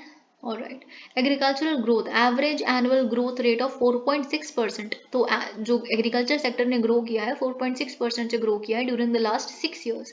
हम net exporter of agricultural products बन चुके हैं, ये आप जानते हैं। जो 2022 का साल था उसमें क्या हुआ, बहुत इंपॉर्टेंट है, उसमें क्यों अब हमारे पास पैडी की भी कमी है और वीट की भी कमी है, आप जानते हैं ना। तो इसीलिए वीट के एक्सपोर्ट पे हमने उस पर भी रोक लगाई थी रिसेंटली। तो क्या हुआ था कि अर्ली हीट वेव आ गई, और आप जानते हैं वीट क्या है, वीट को ठंडा मौसम चाहिए। तो अर्ली हीट वेव आने की वजह से it adversely affected it production, तो वीट की कमी हो गई। साथ ही में अगर हम बात करें पैडी की, तो we saw decline in the sown area for paddy cultivation. क्यों? क्योंकि डिलेड मानसून, उनको तो खारिफ क्रॉप है, अच्छा खासा पानी चाहिए, इरीगेशन चाहिए, तो डेफिशिएंट रेनफॉल होगी क्योंकि मानसून डिले हो गए थे। तो ट्विन यहाँ पे प्रॉब्लम आ गई थी हमारे पास। MSP to ensure returns over the cost of production. अब आप यहाँ पे वही सारे इनिशिएटिव्स लिए हैं कि क्या लिए गए हैं सरकार द्वारा। तो यूनियन बजट 2018-19 में हमने देखा था कि फार्मर्स को दिया जाएगा एमएसपी 150 टाइम्स, यानी कि at least 1.5 times the cost of production, ठीक है। तो कॉस्ट ऑफ प्रोडक्शन से 1.5 मल्टीप्लाई कीजिए और उतना बेसिकली आपको एमएसपी मिलेगा, ठीक है। तो MSP for all 22 kharif, rabi and other commercial crops at least 50% since the agricultural year, ठीक है। तो ये चीज़ आपको पता होनी चाहिए पहली बात। तो आप यहीं देख सकते हैं, देखिए आप खुद देखिए, पता है पैडी वीट में और मेज पे कितना कम यहाँ पे हमें एमएसपी मिल रहा है, ठीक है, रुपीज़ पर क्विंटल। लेकिन यहाँ पे मूंग पे सबसे ज़्यादा मिल रहा है, मूंग पे मिल रहा है, फिर उसके बाद आई थिंक उड़द पे मिल रहा है, फिर उसके बाद कॉटन पे मिल रहा है, यहाँ रेप सीड भी है, ग्राम भी है। तो अब आप अपने दिमाग में रखिएगा ये चीज़, ठीक है, कि कितनी सारी तूर है यहाँ पे, सोयाबीन है। क्योंकि एक क्वेश्चन आगे ऐसा आएगा कि सिर्फ वीट और पैडी पे दिया जाता है क्या, ऐसा कुछ क्वेश्चन आएगा। एग्रीकल्चर क्रेडिट, तो आप एग्रीकल्चर क्रेडिट भी देखते हैं, किसान क्रेडिट स्कीम 1998 में फार्मर्स के लिए लाई गई थी ताकि वो अपना एग्रीकल्चर प्रोडक्ट्स को, सर्विसेज को, उसके लिए लोन ले सकें। अब इसको एक्सटेंड कर दिया गया है फिशरीज और एनिमल हस्बेंड्री फार्मर्स के लिए भी। मॉडिफाइड इंटरेस्ट सबवेंशन स्कीम में क्या है, मॉडिफाइड इंटरेस्ट सबवेंशन स्कीम में 7% पे बेसिकली आपको लोन मिलता है, लेकिन आपको बेसिकली क्या करना है कि अगर आप 3% की आपको छूट मिल जाएगी अगर आप बेसिकली क्या करेंगे कि बहुत स्विफ्टली रीपेमेंट कर देंगे, तो टाइम टू टाइम रीपेमेंट करेंगे तो आपको यहाँ पे 3% का छूट मिल जाएगा। प्रॉम्प्ट रीपेमेंट इंसेंटिव इसे कहते हैं। फाइनली आपको इफेक्टिव क्रेडिट कितने रेट पे मिला? 4% पर एनम पे। तो ये चीज़ करिए। Agricultural credit flow 13% more than target हमने अचीव कर लिया। प्राइवेट इन्वेस्टमेंट भी देखी है। फार्म मैकेनाइजेशन, क्योंकि प्रोडक्टिविटी इंक्रीज करेंगे तो उसके लिए भी एक इनिशिएटिव है। Sub mission on agricultural mechanization, SMAM. SMAM basically क्या करने की कोशिश करता है? स्मैम में हम बेसिकली कस्टम हायरिंग सेंटर्स भी देखते हैं फार्म मशीनरी के लिए। ओके, तो बेसिकली जो जो बना रहे हैं जो प्रोड्यूसर्स हैं इस तरह की मशीनरीज की, और जो सीकर्स हैं उनको रेंट बेसिस पे जोड़ना स्मैम करने की कोशिश करता है। ये बात आपको पता होनी चाहिए, ठीक है। तो अभी तक यहाँ पे कितने कस्टम हायरिंग सेंटर्स बन चुके हैं, हाईटेक हब्स बन चुके हैं, फार्म मशीनरी बैंक्स बन चुके हैं, ये यहाँ पे लिखा है। इंटरनेशनल ईयर ऑफ मिलेट्स हजारों बार हम देख चुके हैं। इसमें कुछ नहीं है यहाँ पे कि उसमें हाई न्यूट्रिशन वैल्यू है, ये है वो है, आप सब कुछ देख चुके हैं हम बहुत बार। बस आपको जो एक एक्स्ट्रा फैक्ट यहाँ से पता चलता है वो ये है कि India produces more than 50.9 million turns okay of millet, जिसमें से which accounts for 80% of Asia's and 20% of global production. तो ये आई थिंक आपको पता होना चाहिए। और एक और फैक्टर जो आपको पता होना चाहिए कि जो हमारी यील्ड है, average yield, it is better than global average yield. अगर हम मिलेट्स के केस में देखें, एवरेज ग्लोबल जो यील्ड है 1229 किलोग्राम पर हेक्टेयर है और हमारी यील्ड 1239 किलोग्राम पर हेक्टेयर है, ठीक है। ऑर्गेनिक एंड नेचुरल फार्मिंग, यहाँ पे ऑर्गेनिक फार्मर्स के लिए आप देख सकते हैं ओके 44.3 लाख ऑर्गेनिक फार्मर्स हैं, हाईएस्ट इन द वर्ल्ड, आपको ये बात याद रखनी है। फिर सिक्किम पहला फुली ऑर्गेनिक स्टेट बना था, ये भी आपको पता है। फार्मर प्रोड्यूसर ऑर्गेनाइजेशन को, ताकि उनकी नेगोशिएटिंग पावर, बार्गेनिंग पावर बढ़े, उनको हम काफ़ी प्रमोट करते हैं। परंपरागत कृषि विकास योजना and mission organic value chain development for north eastern region. तो जो कृषि विकास योजना है, परंपरागत कृषि विकास योजना है, ये क्लस्टर मोड में काम करती है, ठीक है। 20 हेक्टेयर साइज है मिनिमम इसका। फाइनेंशियल असिस्टेंस दी जाती है इस क्लस्टर बेसिस पे, ₹50,000 per hectare for 3 years is provided, ठीक है। तो ये चीज़ यहाँ पे लिखी है। भारतीय प्राकृतिक कृषि पद्धति, इट इज़ अ सब स्कीम ऑफ दिस परंपरागत स्कीम ही ओनली, है ना। तो इसमें ट्रेडिशनल इंडिजिनस प्रैक्टिसेस जो भी हैं, जैसे इकोलॉजिकल फार्मिंग के, जिसमें जीरो बजट नेचुरल फार्मिंग भी आता है, कि सब कुछ जो भी अवेलेबल है उसी से, जो खुद ही कुछ भी वेस्ट ना हो, वेस्ट है तो उसको प्रोड्यूस कर लिया जाए और आगे क्रॉप्स बनाने के लिए। तो जीरो बजट नेचुरल फार्मिंग भी इसमें आता है। भारतीय प्राकृतिक कृषि पद्धति, ठीक है। अदर इनिशिएटिव्स क्या है? पीएम किसान, जिसमें 6,000 रुपये पर साल 3 इंस्टॉलमेंट आपको डीबीटी के रूप में दिए जाएंगे। एग्रीकल्चरल इंफ्रास्ट्रक्चर फंड, जिसमें पोस्ट हार्वेस्ट मैनेजमेंट इंफ्रास्ट्रक्चर और कम्युनिटी फार्म एसेट्स बनाने के लिए आपको 2032-33 तक आपको बेसिकली हेल्प किया जाएगा फंड के माध्यम से। प्रधानमंत्री फसल बीमा योजना, वेरी इंपॉर्टेंट, आपके लिए सबसे इंपॉर्टेंट ये है कि एरिया अप्रोच के बेसिस पे काम करता है। देखिए, फसल बीमा योजना का मतलब क्या है कि कोई भी नेचुरल डिजास्टर हो जाए, लोकलाइज डिजास्टर हो जाए, कुछ भी हो जाए, तो एक पर्टिकुलर एरिया में होगा। फॉर एग्जाम्पल लोकलाइज डिजास्टर है जिसकी वजह से क्रॉप फेलियर हो गया, तो उसके लिए आपको बीमा मिलेगा, इंश्योरेंस मिलेगी। तो एरिया बेसिस हुआ ना, क्लस्टर के बेसिस पे, एरिया के बेसिस पे, एरिया अप्रोच है यहाँ पे। तो ये बात आपको याद रखनी है। Mission for integrated development of horticulture, ठीक है। तो ये भी आप लिख सकते हैं। ई नैम आप लिख सकते हैं, कैसे सेलर्स को और जो बेसिकली बायर्स थे उनको कनेक्ट किया गया ई नैम के माध्यम से।